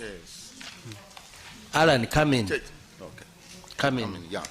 Here, today, just now, they have laid this document before us. We assume this is an updated financial position of this project since it has closed.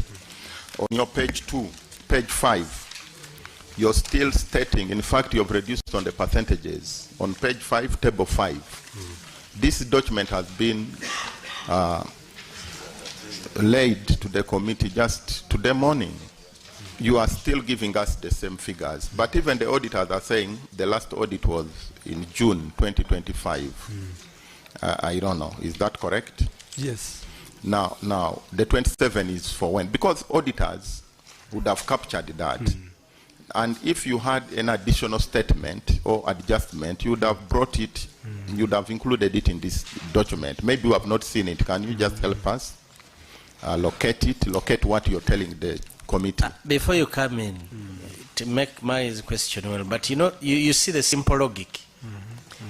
The auditor was able to know that you used the 3.6, and that's why he captured it. Now, it does not rise for you to say at the time of audit we had not used. You can't say that because the auditor captured it. If you had not used, he wouldn't have captured it. So confirm that the 16 billion went for your team, and I need to know how many people you used to assess RAPs. Thank you, Chair. And answer Honorable Alani's question. Thank you, Honorable. One of the queries from the Auditor General was under absorption, where in the audit report they queried an absorption of about 13.8 billion.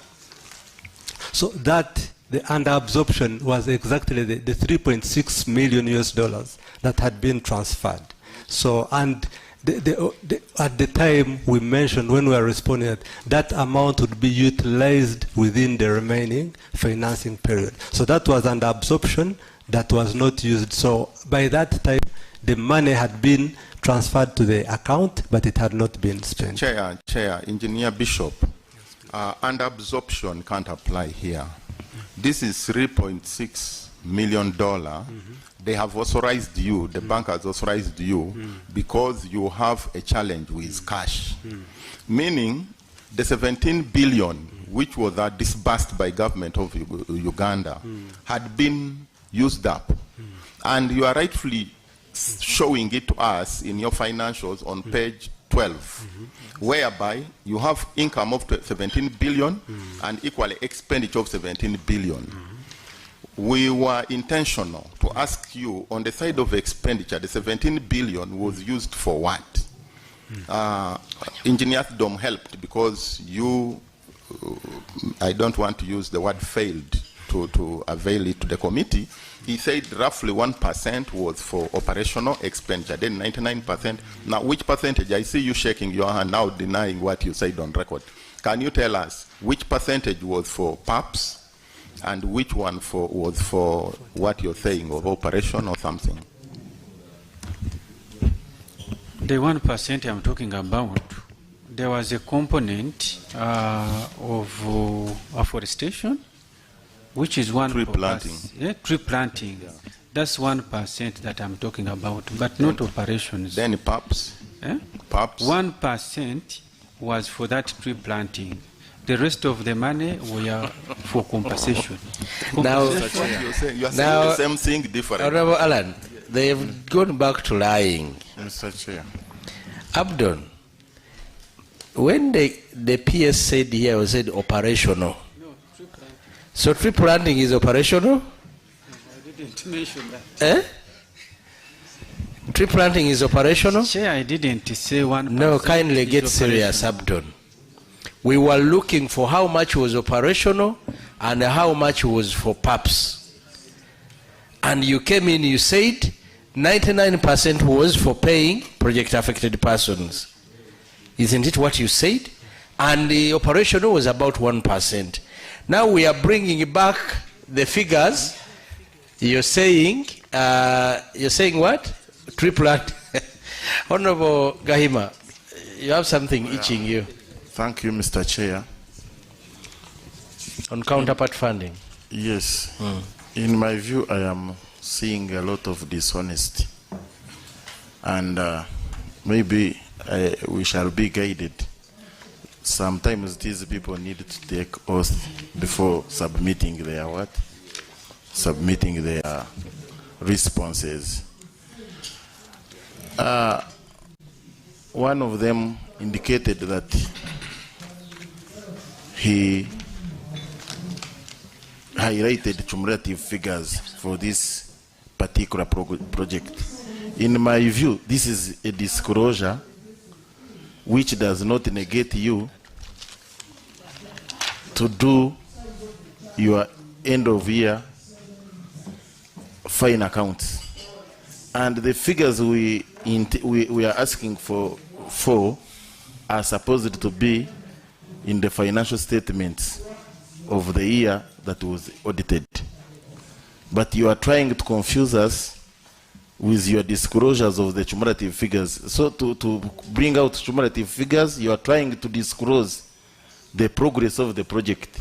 But for that particular financial year, you are supposed to tell us how much was spent on the project affected people, specifically and from your own accounts. Thank you. That's number one. Number two, I understand you operate using chart of accounts. And chart of accounts are very specific and clear. So mixing administrative costs with the project affected people, it really confuses me. So confirm to this committee that you are using your own creative accounts other than legally provided chart of accounts that should be able to help you separate these expenditures and give us appropriate information other than trying to meander, confuse. We really need to move by the legally provided chart of accounts in respect of project accountability. Thank you. Honorable Mr. PS, I really don't want to put you people on oath. I don't want it. Please don't force me. Please. How you'll force me is when you continue with not telling the truth. It's something I wouldn't want. Honorable Angura. Thank you very much, Chair. Chair, this audit report as submitted in accordance to Article 163(4) of 1995 Constitution of the Republic of Uganda, I forward herewith audited financial statements of the above mentioned project for the audit year ended December 2025. So take note of that time. But also, Chair, when you look at page 9. Are you on counterpart funding? Yes, yes. I'm on counterpart funding. Yes. The provision of 3.6 was to support you manage the PAPs. But now, look at the management response that was given that time. Management stated that the budget challenges have greatly affected the PAPs compensation, but through bank reallocation of uncommitted donor funds to RAP budget, compensation of RAPs is ongoing under lots 4, 5, 11, and 12. More engagements are underway for financing the outstanding obligations to avoid similar occurrences in the future projects. RAP costs are proposed for consideration as part of loan financing, which will address the potential reputation risk of government projects. So here, you responded actually by requesting in the near future that we would be seeking financing once from partners to include even counterpart funding to deal with the RAPs. So in this case, what literally we are looking at and considering here is this 3.6 was provided by the time the audit was being done, not by the time you're winding up the project at the closure of the project. So in this case now, our challenge here is 12 plus 17. How much was used for PAPs? Because here it tells us 40% is what had been paid. Thank you. Thank you much. PS, I want us to leave that matter, but just take note. You utilized 16 billion.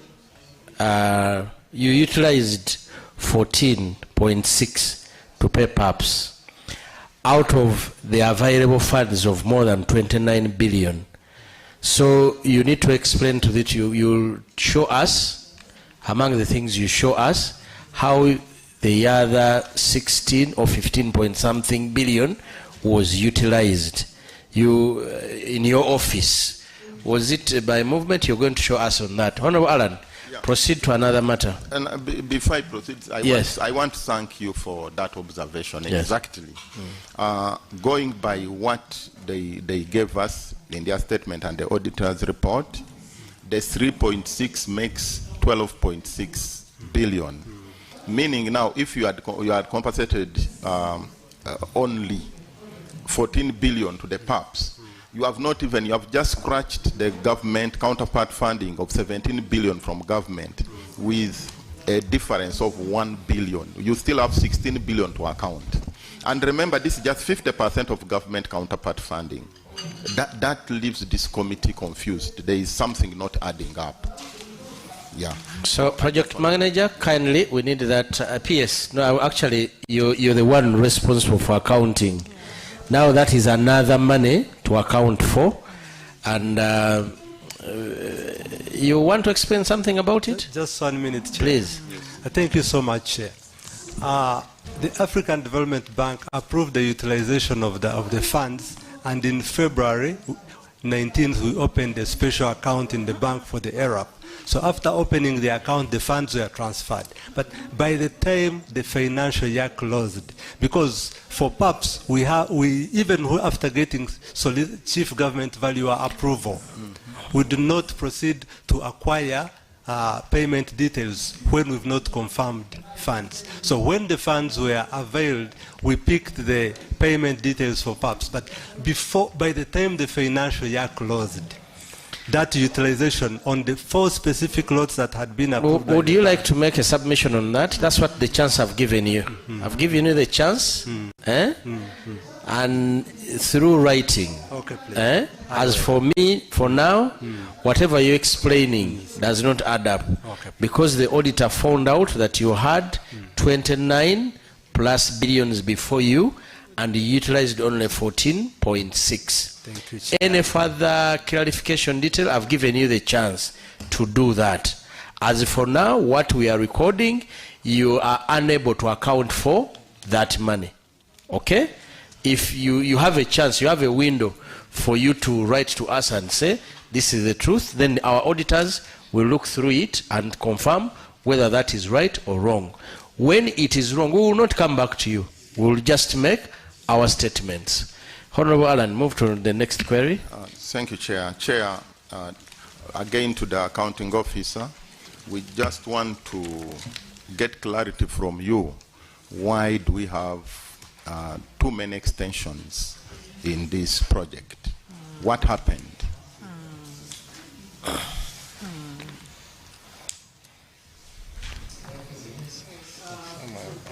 Specifics about the extensions and which ones those were, I'll still invite the project manager to speak to them.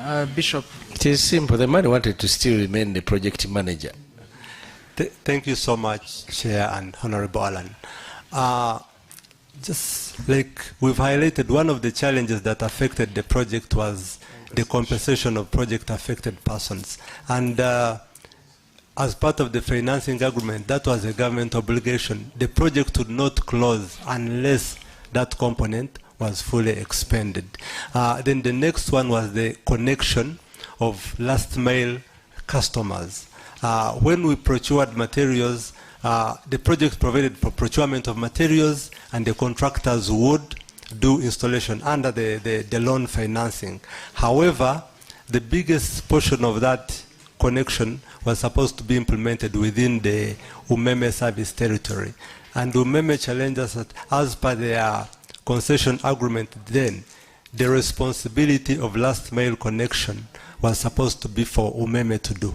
So through continuous engagement, we engaged the bank on that aspect, requesting that they put a waiver so that we hand over the materials to Umeme in their concession area to connect like they had done under the grant. However, that was not granted, so the discussions went on until when UEDCL came on board, because for the components where we had UEDCL, the few connections, about 25%, UEDCL allowed and contractors connected. So when UEDCL came on board, the contractors remobilized and implemented also those last mile connections. So the two key deliverables informed that. And though the compensation has not fully been concluded, because the project was going on and on, after engaging through Ministry of Finance, we engaged the funder. One, they allowed to allocate us additional financing to support the current compensation utilizing the funds on the loan. Then the remaining PAPs, because we still have PAPs on the completed projects who have not been fully compensated. So we also requested for additional financing that will come in as a loan, as also with part of the next subsequent project to support that component. So we still have about 32,000 project affected persons who are not covered within the project. Thank you. Chair, yes. Did I get him well through maybe that you are going to ask for additional funding, which is coming in as a loan for the same project? Did I get you right? To support the remaining compensation. Now, this brings us to two questions. One is you have told this committee that you did close the project then because PAPs were not paid. Now, you have PAPs who are not paid up till now, but and you have the project closed. But the project closed. That is one. Two, we still have, in the accounts we can see some balances right now, as we'll see in your financials. But you are coming for another loan, I hear. That I really want to hear more about that if Chair allows. Yes. We'll clarify how the additional obligation on the PAPs arose. Commissioner Abdon. Yeah, Chair and members, it's true that we completed lines ahead of time. Abdon, is there money on account on this project? This one has to answer. Thank you, Chair. As per the audit report of June 2025, the disbursement on the loan had been only 92.47%. But after we had an additional, the project was closing on 31st of March. So we have. Is there money about left? 200,000, yes. 200,000 US dollars. 200,000 US dollars. Yes. How many PAPs can it compensate? Oh, wow. How much have you applied for the new loan to compensate PAPs? For about 7.6 million euro.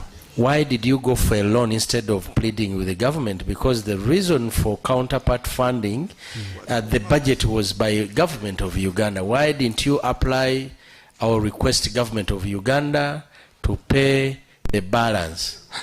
Thank you, Chair. Of course, for all the steps we've taken, we've been engaging the government of Uganda through Ministry of Finance. Even for phase one, out of the 9.335, up to the end of the project cycle, like you clearly highlighted, we received only 17 billion.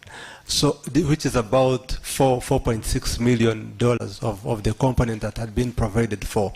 So, because we had the challenge of closing the project, we engaged the bank and requested for utilization of the funds that had not been fully committed through the procurement process. We had the balance. We utilized the 3.6. Because you know what that it means, eh? Mm-hmm.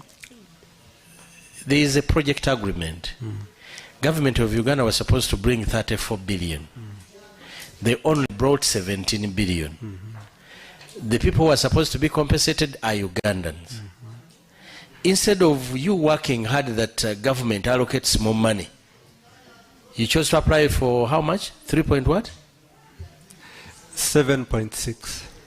7.6 translates to how much in Uganda shillings? About 29 billion. Whom are you paying? Chair, really? Chair, let me support you on this. Just 1 minute. Yes, we have, as you have rightly said, the bill for PAP was 34 billion. Government of Uganda committed to clear the 100%, the 34 billion. Government of Uganda was not in position maybe to do it. They first advanced $4.6 million, which translates into 17 billion. The donor authorized you to use 3.6, which is 13 billion, to cover the gap. You're still telling this committee you still need 30 billion to do what? What changed? Yes, then he responds. Chair, thank you very much. I wanted to bring this to the attention of the committee that the report we're examining is as per 30th June 2025. This project closed 31st March 2026, implying after giving out to this report, we had 9 months. Therefore, when we are coming up with these queries, we want to have a conclusion. 30th June 2025, certain thing was identified, certain queries were identified by the Auditor General. In the 9 months, by the time we closed, how far have we gone? For example, by 30th June, we are supposed to have 153 connections. But 30th June report indicates Honorable, we had only 54 connections. Hold your fire. We are still on counterpart funding. When we finish, I'll come back to you on connections. Okay? P.S. He has given us another wonderful information. And here it is. You had a budget of 34, about 35 billion for PAPs. Government of Uganda and the donor raised about 30 billion. Engineer, I'm correct? Yes, yes. In actual sense, you may be in need of about 5 billion. You're telling us that the new loan that you have applied to cater for counterpart funding here is 30 billion. CID, are you around? Kindly pick interest in this one. And I need to know how far you go on it. Okay? That implies that you're going to go and investigate the PAPs in this project. Because then this is serious. And I'm sure what they've done is to increase. P.S. Tell us how it increases from 5 to 30 now. Honorable Chair, when we are doing these way leaves, we keep validating these PAPs, working with the CGV. Allow me invite the project manager to clarify on what that validation has returned. Thank you, Chair, and thank you, PS.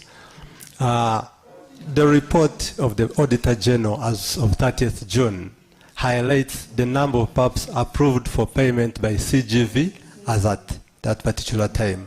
So out of the number of PAPs and assessments that had been done, out of the total number of PAPs who had been assessed, CGV had approved for payment, meaning at that time other reports were still with CGV for approval. So the discussion and presentation of the 34 reflects to the 37,000 project affected persons who had been cleared out of the assessments that had been done under the project.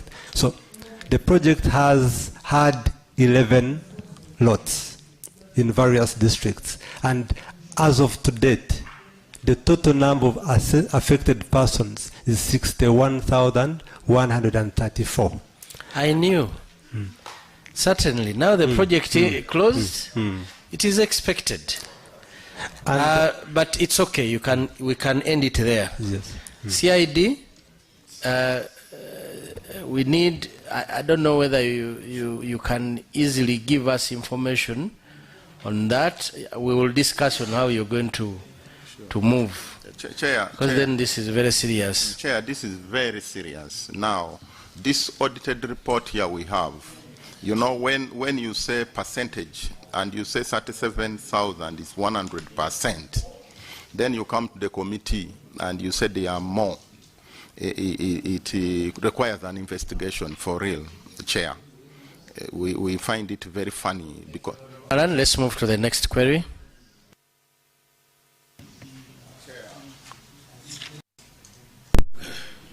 Chair, I'm being informed this additional amount was confirmed working with CGV after June 2025, the financial year of audit. So it was a work in progress.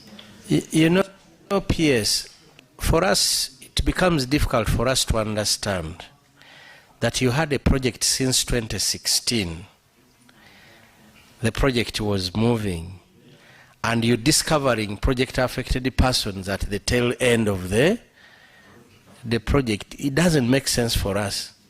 It will not make sense for us unless a proper investigation is done. We may not be able to comprehend. We can't. At the tail end, the project is closing. This is when you discover new project affected persons. It can't make sense to us. PS, kindly understand us. Secondly, we'll provide the information. Secondly, PS, the Auditor General is giving us purposely, he's saying PAPs processed and ready for payment. PAPs not yet processed. So whatever number would have appeared here, if your argument is to hold. Okay. Chair, I want to please continue to the next query.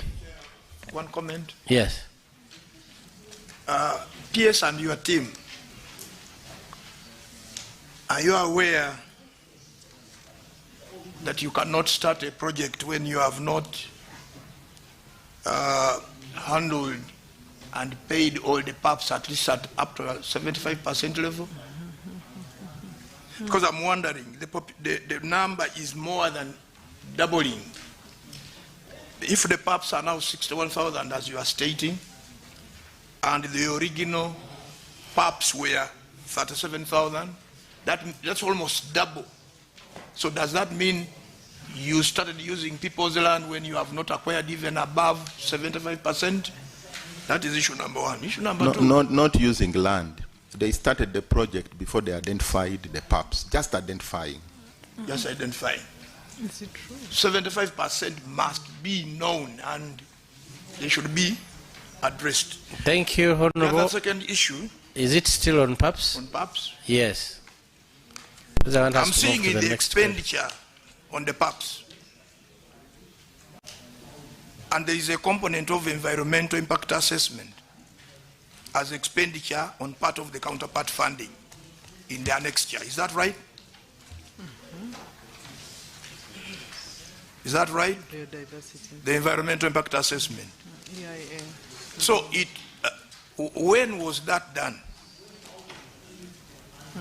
By the entity before the project started, or you are now doing it at implementation of the project? Thank you. We need to be clear. The Environmental Management Authority requires that it must be done before any project is started. Thank you. Thank you very much. Would you want to answer that quickly? Yes. Then we proceed to the next one. On the status of the environmental management plan. Thank you, Chair and PS. The project requires that we undertake E&S audits to monitor progress and compliance on the environmental safeguards. So a consultant, because the counterpart was to cover the ESMP and RAP. So the E&S audit was part of the deliverable under the counterpart financing to audit the compliance of the project on safeguards aspects of the project. Thank you, Chair. Chair. I want to move to the next query. Honorable Angura, I will give you the next query. Let's make progress. Chair, on the question I had asked, because I had moved on, to do with the extension of this project, I would request that they provide us with evidence from the bank, with no objection from the bank for the extension of this project. Those many times you extended the project. You will submit that to the committee? Pardon? No, I'm coming. The query was about the PS to clarify why they extended the project those many times. Secondly, I think you know, PS, by extending the project, you are holding onto the resources, and we are paying. Government is paying because of that.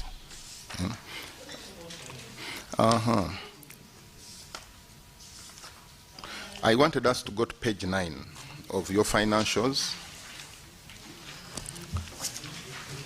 That is the statement of receipts and payment for the year ended 30th June 2025.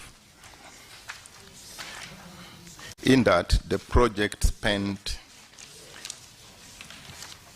are you there? PS. The project spent on program cost, employees and other program Chair, implementation unit. A quick one, Chair. A very quick one. You either raise on a procedure and don't just grab the microphone. No. I tried, but you tell me procedure. You tell me yes or no. Chair, a very quick one. I have a lineup of several people who were affected by the project in Mukono. They are over 50. As a matter of following up, I need to know the contact, the office we need to contact for these people to be. Is that Europe? Which project is it? The project which they know the project which was under Kasai. Honorable member, we are dealing with Europe at the moment. You will reach out and find out which project is being implemented in that, then they will respond. Kindly continue, Honorable Allen. Yes, I was talking about the program implementation unit on page 9, that 1.6 billion, 1,611,191,693. Honorable members, are you on page 9 of the finances? Yes. Are you there? Chair, this informs why this project was being extended. You rightfully said maybe the project implementation unit didn't want to go home. You can see clearly the variance. With that, salaries were 1.6 billion, and the project cost for the last financial year, which is in the subsequent column, 2024, was also 2.3 billion. Similarly, during the year, the project spent 2,005 million on consultancy from the 10 billion the previous year. You get the same report, 4.0. Consultancy to 2,087,509. That movement there from 10 billion of the last year. With all this on human capital, look at the exact amount going to the project itself, in 2025, it's only 3 billion. So they used the Yeah. 3.6 as 3.6 as employees. No. To implement 3.1. Yes, to implement 3.1. Engineer. Yes. You know these MPs. Chair, on a similar note. On the same table? Yes. Yes, Chair, on the same table, you look below and look at other operating expenses. Other operating on expenses. On the same table? Yes. Page 9. Yes. Other operating expenses? Yes. Counterpart funding. This is counterpart funding. Funded by counterpart funding of 8,753. Maybe can we have a table to give us a breakdown of this? What were these other operating expenses that took 8 billion shillings? Now, not to lose Honorable Alani's question, PS. You have staff that are being paid 3.6 billion human capital to implement 3.1 for the project. For the project, how does it augur to you that you keep somebody in office to use more money than what Ugandans can get? How does that happen? Honorable Chair, you will note that in that year we were closing this project, so there are some fixed overhead costs that had been running through the entire project. For example, the accountant as we close out. So towards the tail end, it will appear that these fixed costs are higher than the project costs. But it's because we were closing out, and many of these we are now winding them up as part of the project closure. So that will explain that mismatch. But if you go back, you will see that, of course, at the peak of the project, it made sense. But as you wind up, you start closing out and winding contracts. Honorable Alan, I think that's a satisfactory answer. Are you happy? Not really, Chair. I think this calls for the ministry or the project to share with us maybe the payroll, to share with the committee the payroll, then two, the activity program, maybe how, because I can see some overspending on this budget line. I don't think and it's intentional, because in the electricity scale-up project, you have a very good table you have given us in your financials, which is showing budget and actual. But in this one, information is, you are mean with your information. You have not given us a budget vis-a-vis actual expenditure. So I would, through you, Chair, maybe they need to avail us that. Then, Chair, on the same note, page 9. Before you go to another one, Honorable Angula raised something to do with the counterpart funding, and my assumption is this is what was paid to project affected persons. Is that so? Am I correct? The 8.7 and the 5.7. Am I correct? Honorable Chair, partly because we committed to give you the breakdown of exactly what contributed to this expenditure. Yes. But you already gave it somewhere here. That's why I have some little knowledge about it. Somewhere you had a break. This is 5.7. Okay. Please, we can get a schedule to that. Before we proceed, Mr. Chair, in respect of what the PSA submitted in response to what Alan had asked, when you look on the preceding year of 2024, you can also realize on page 9. Yes. You can also realize that they used about 13 billion on human capital vis-a-vis a project of 32 billion. The the ratio of human capital to the real scheme is significantly over and above.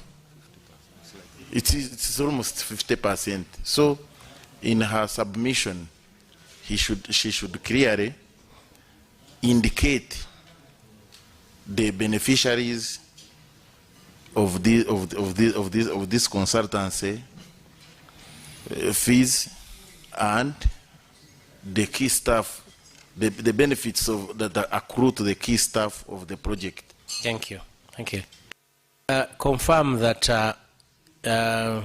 yes, that these human capital employees, consultancies fall within the project as the project was conceived initially over time, because we are going to ask the Auditor General to give us information on the entire project report, so that, because I'm seeing a situation that more went into human capital than the actual project money, the project cost. Yet there was a project conception that such amount of money as was read by Honorable Alan would go for operational costs. Chair, to know that this was really serious, they didn't stop on that. Look at the same table 4, page 9. You look at the total expenditure of 15,591,511,387 as total expenditure. Out of that total expenditure, you can see the component of program cost vis-a-vis capital budget. The total cost, the total program cost, which is human capital and others, took a lion's share of 12 billion, whereas the actual work, the project and the scheme took just 3 billion 139. Thank you. They've taken note of that. Can we then proceed to another one? Yes. I'm trying to run through. Yes. Kindly interest yourself in this. Yes. And the team. Counterpart funding, as we read more, because we have just got these documents today, you see other issues which become a little confusing. Go back to page 9 and see the other operating expenses as counterpart funding, which is 8.753 billions. Are we there?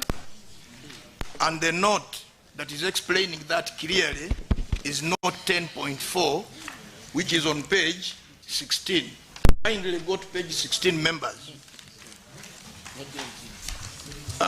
The project description and the categories of expenditure were clearly indicating that they had operating costs and program support.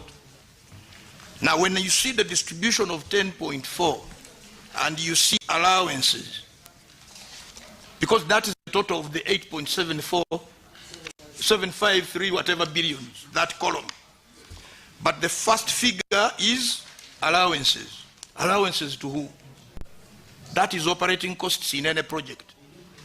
Should not really be on our counterpart funding, because that was purposely to compensate the PAPs. When you go to the next one, workshops, meetings, seminars, information and communication, welfare and entertainment, all on counterpart funding. To me, Mr. Chair, then it means that the funds were not actually expended for the purposes it was intended. Indeed. I think we reached that conclusion, where we saw they spent more on those ones you're trying to highlight versus the real... The compensation of PAPs. Exactly. Honorable Alan, take us to the next... Yeah, the next item, Chair, maybe we'll go to the cumulative disbursements of this project. Page? That is page 5. Page 5 of the Auditor General's report. Chair, on this, there is table 1. Table 1 is showing us expected total disbursement as per the financing agreement, then the actual disbursement as of 30th June 2025, and an undisbursed funds, which shows 92% disbursement. Chair, maybe we need, the accounting officer need to tell the committee what is the status of the undisbursed fund of the 7.5. You want current or as of the audit? Now it's still as of the audit, because now I'm looking at the audit. At the time of the audit. The audit, yeah. Yes. So what is the status of this 7.5 undisbursed fund? Then, Honorable Alan, be clear. Okay. I have a number of questions. The auditor has told you, yes, that by the time of the audit, undisbursed funds was 7.5 million dollars. And now you're asking a status. Is it as of today? No. Maybe it would be good to give us both. Even now, but now it's better to know what the money has done. Okay. Because you insisted, I expected maybe they would come with two reports, one as per the audit, two as per the status now. Then we get to know what's happening. Maybe this money is somewhere in Bank of Uganda. We need to hear from them. Okay, maybe for now, unless they have the information off cuff, as of today, probably they've not audited. Okay. There is no audit report for the current year, but let us keep ourselves within the limit of the audit. That's what I was asking, but your question triggered my extension now. I thought, but it's okay if we keep ourselves within the limits of the audit. Yeah. Now I'm asking about the $7.5 million. Maybe I can ask for all, because also cumulatively there is a donor fund on the grant in the audit report, the same audit report. The financing agreement is talking about 11,200,000 euros, and 10,950,654 was disbursed, and there is undisbursed of 254,346 euros. So the question remains on the same. We want to know. Honorable Alan, you've left us. I've left you. On page 6, sir. So on page 6. Move with us. Okay. Move with us. Say, when you move to a page, you tell us I'm on this page, on this document. Okay. We don't want you to come with your other documents and you read them here. No, sir. Yeah, you move. Chair, that's page 6. I'm still on page 6. Then we also have counterpart funding from the government of Uganda. We have discussed this. But the financing agreement obligated the government to contribute $9.3 million. Out of that, according to this audit report, $4.6 million was disbursed, and we have undisbursed 4.690, which is a 50% disbursement. So we also want to know about the status of this disbursed fund. But to sum it up, Chair, if we go to the accounts, to the financials page from the ministry, it's page 12. Accounts, page 12, Auditor General's report. Not now financials, say on the Auditor General's report on the page of financials. Are you there, members? Page 12 of the financials. The cumulative statement of receipts and payment as on 30th June 2025.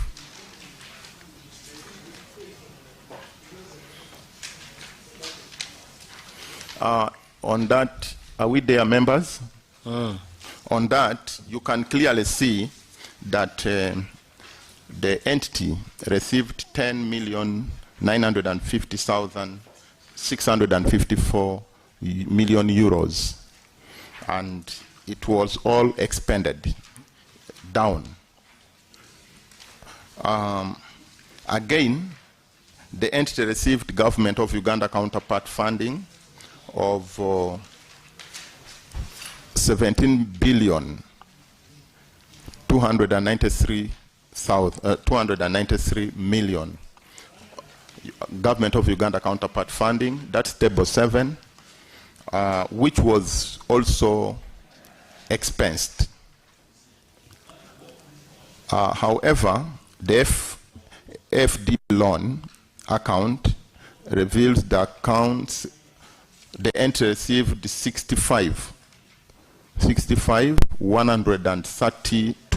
146 million in the USD FD loan. You can see that figure? Now, out of that, you can imagine, in the auditor's report, we have over 92,469,000 on page 5. On page 5. On your report, page 1. In the auditor's report is page 5, depending on which document you are using. On this document, it's page 1. The auditor is reporting that the amount which was disbursed was $92 million, whereas from the bank or from the donor, whereas here in your accounts you are showing it was only $65 million which was disbursed. So PS confirm that you've seen that because you signed these accounts. Honorable Chair, we've seen, we are looking at the figures. You're moving with him, eh? Yes, because you're highly responsible. You even signed these accounts. We are following. Yes. So Chair, would maybe the committee is interested, accounting officer, to know what happened to the difference of $27.3 million. That 65.92. The accounts you signed are showing $65 million from African Development Bank. And here, actual disbursement as of 30th June, 92 million. Let's begin from there before Honorable Alan asks other questions. Let me, the project manager and accounts and the accountant on this project, just speak to that. Specifically, Kawase Enoch. The works contracts that we have with the contractors, they had, actually all of them had two currencies. They had the US dollar component, and then they also had the UGX component. If you realize, these are cumulative amounts. Now, we pay the invoice in the currency that has been requested. So, ideally, you have some invoices that were dollar invoices. That is what culminates into the 65. And then you have the UGX invoices. So for the cumulative figures of those invoices that were paid to the contractors that were in UGX, that's how you come to the 129 billion. But ideally, the loan is in the total. That's how you come to the 92. Sorry? Don't confuse me. So the 65, the 65 are the total US I was following you. Yes, Chair. Because you had taken me to say that on this table, on page 12, yes, I am seeing what you're saying, that we have the cumulative figures. Some are in US dollars, yes, others are in Uganda shillings. Yes. Yes. And the question was, on page 5, you have the cumulative figure to be 92. Yes. US million dollars. Here, in FDB, you're having 65. So move us properly and make sure we arrive where you want us to go. Okay, thank you very much. The contractors that were on the project. Some are paid in US dollars? Not some. Their contracts have both a USD component and a UGX component. Okay. But the total loan is a USD. It's under US dollars. Yeah. So ideally, the cumulative figure that you are seeing, each of these columns, that's why you have the grant, the USD, the invoices paid in USD, then the invoices paid in UGX. So that is why you have those in euros are the costs on the grant. Yeah. Then those in the USD are the invoices that were paid in US dollars. Then the UGX cumulative are the invoices that were billed in UGX. So ideally, the 125 will be 129. That is now 29. Yes. The 129 will then be divided by the rate of the US it's dollars. Translated to how much? It will not then be. Sorry. Because by the time you came up with 92, yes, you should have converted this. 129 translated into how much? I need to compute that. Sorry. but the accountant can help you. Are you the accountant? Yes, yes, yes. Please answer. Because that is how you make us arrive. Honorable members, you see what he has explained.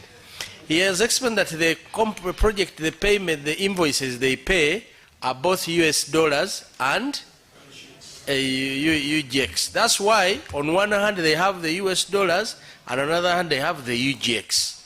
So he needed it to make us arrive by saying the 129 billion you're seeing translates into this amount of US dollars. That's what we added to the 60. That's the kind of...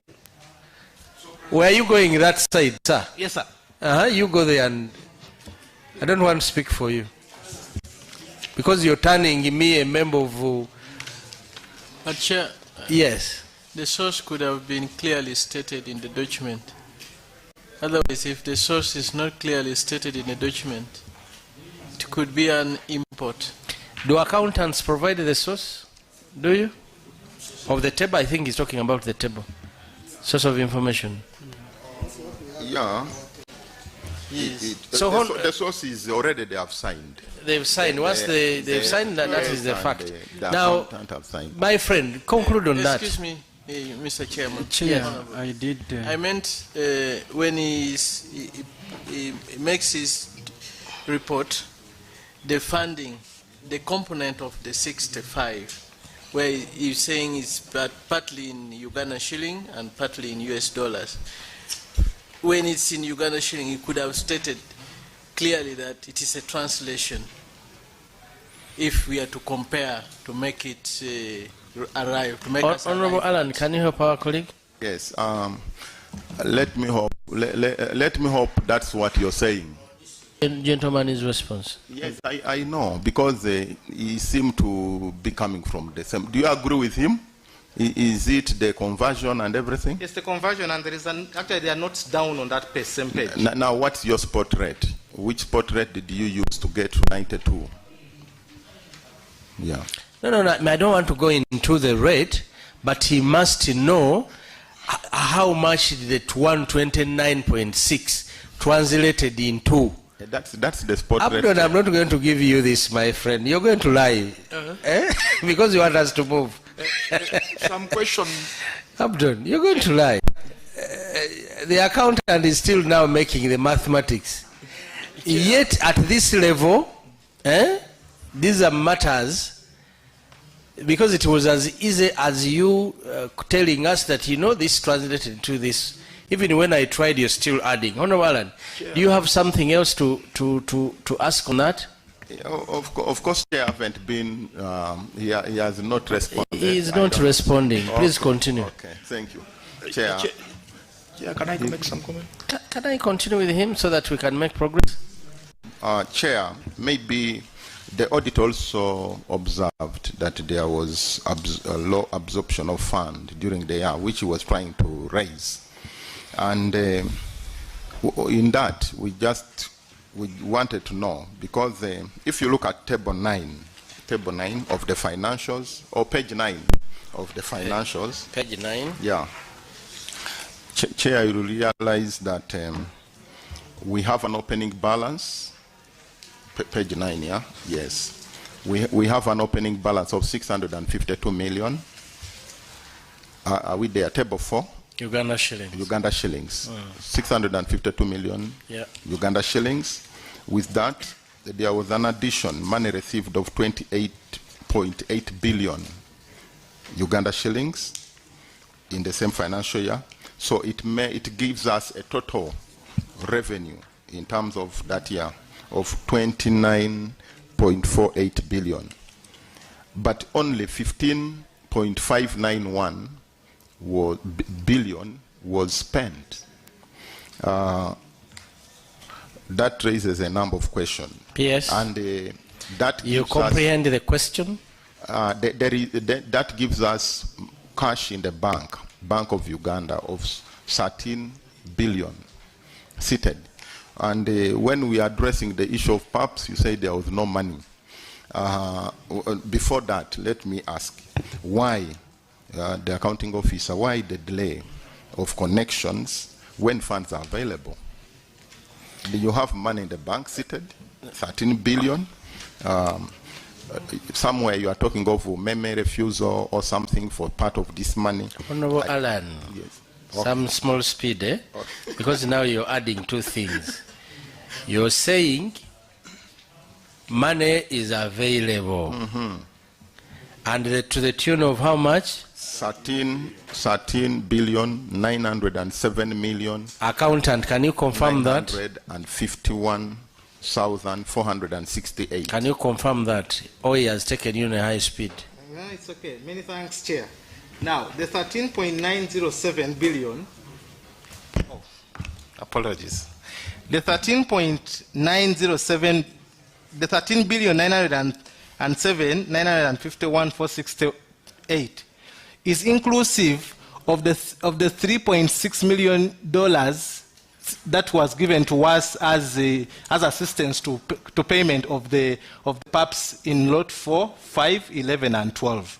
So that is about 12.6 billion of this 13 billion was used to pay PAPs in the period after 30th June 2025, and that money was spent. Chair, maybe I don't know whether will end. If that is true, specifically if you used this money, yes, 3.6 to pay PAPs, yes, I would request you to go to table 9, and I want you to use your calculator to deduct page 9, yeah, table 9, page 9, table 5. Page 9, table 5. Yeah. That is table 4. Statement of receipts of the financials. Not the financials. Page 9 of the auditor's report. Page 9 of Auditor General's report. Yeah, that's where the 3.6 is. Yes, clearly yes, ask your question. Now we are converting the 3.6 to 12.9 billion. Now, just deduct that from the amount you've paid, if you want, and the 17 billion you received from government. Really, I don't want to tell Chair, because Chair, this should go on oath.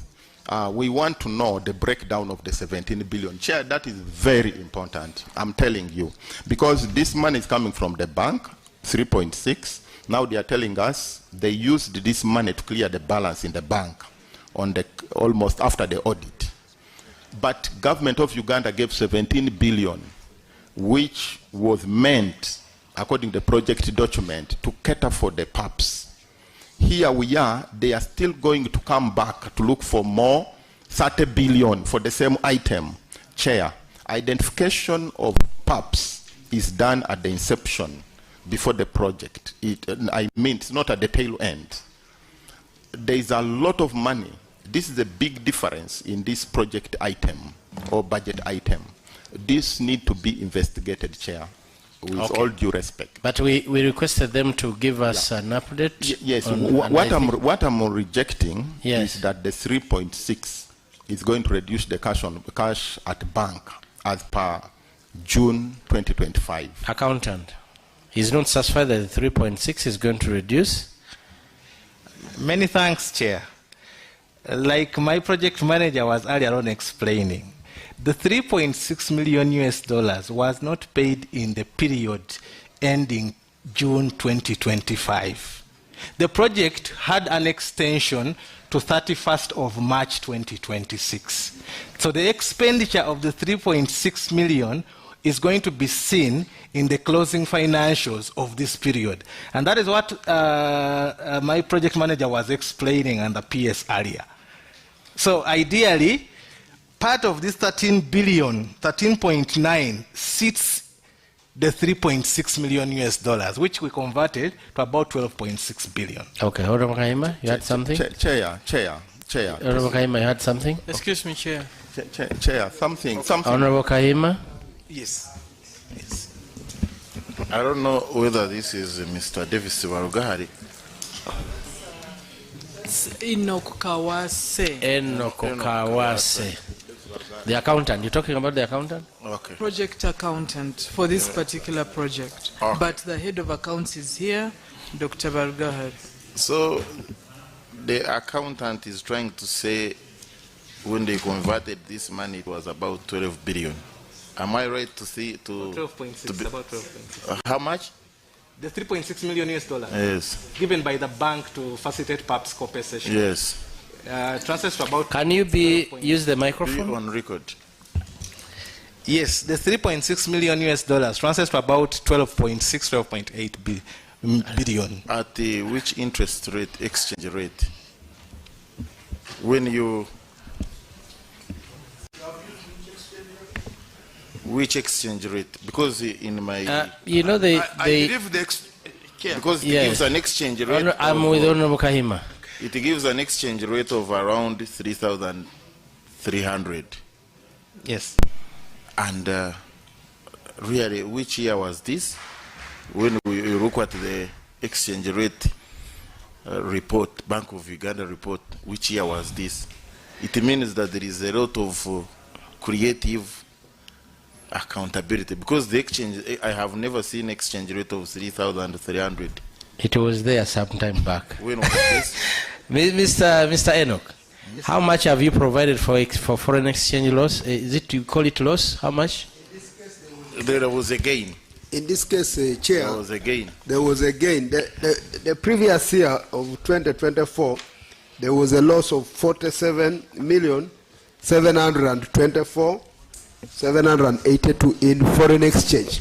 But in this year that we are talking about, there was an exchange gain of 13 million shillings. So at what rate? So this means, Mr. Chair. Allow me. Mr. Chair. Let me finish with this matter of exchange rate, Honorable that's what I want to comment about. Let him finish, then you come in. So when we make a gain, when the exchange rate has fallen down, has increased vis-a-vis the spot rate at which money was disbursed to us. So in this respect, there was a gain.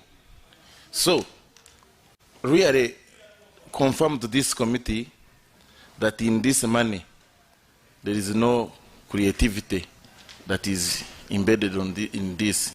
Oh yes, Mr. Chair, really this needs a serious investigation, because there is a lot of creativity in this report. Enoch. Chair. Yes, Chair. Before you come in, Enoch, let me have Honorable Wanzala. Thank you, Chair. Members, allow me comment professionally on the exchange rate. Tell them that you are an accountant. To enable them understand how the banks treat their exchange rates. The exchange rate, as agreed in the communications, is always communicated in the project operational document and at times in the financing agreement. And it is from that exchange rate of that time that you will be able to experience either the gains or the losses. And if you don't use that exchange rate of the project operational document, you might fail to explain your figures. So to me, We need the project operational document to look at. The moment we see the exchange rate there, it will communicate quickly what we are trying to trace. The rate was 3,700 In the financing, in the project conceptualization. Chair, let it come from that team. Now he might, the way Enoch is behaving, he may not give you that, but I have the information here. Enoch, you remember what the honorable colleague asked? When you get 3,700 and you multiply by 3.6 million, you get how much? That's where Honorable Kaima was going. 3,700. But do you agree that it was 7? Engineer, do you agree it was 3,700? Thank you, Chair. Maybe just to clarify. Do you agree? I don't agree to. How much was it? At the inception, for the project, when we were confirming the contract. No. At the time of the $3.6 million. At the time of 3.6, when you approved, negotiated the 3.6, yes, it was 3.7 at that time. Now, Enoch, it has been confirmed. True. Many thanks, Chair. Respondent Honorable Kaima is saying you're converting at 3,300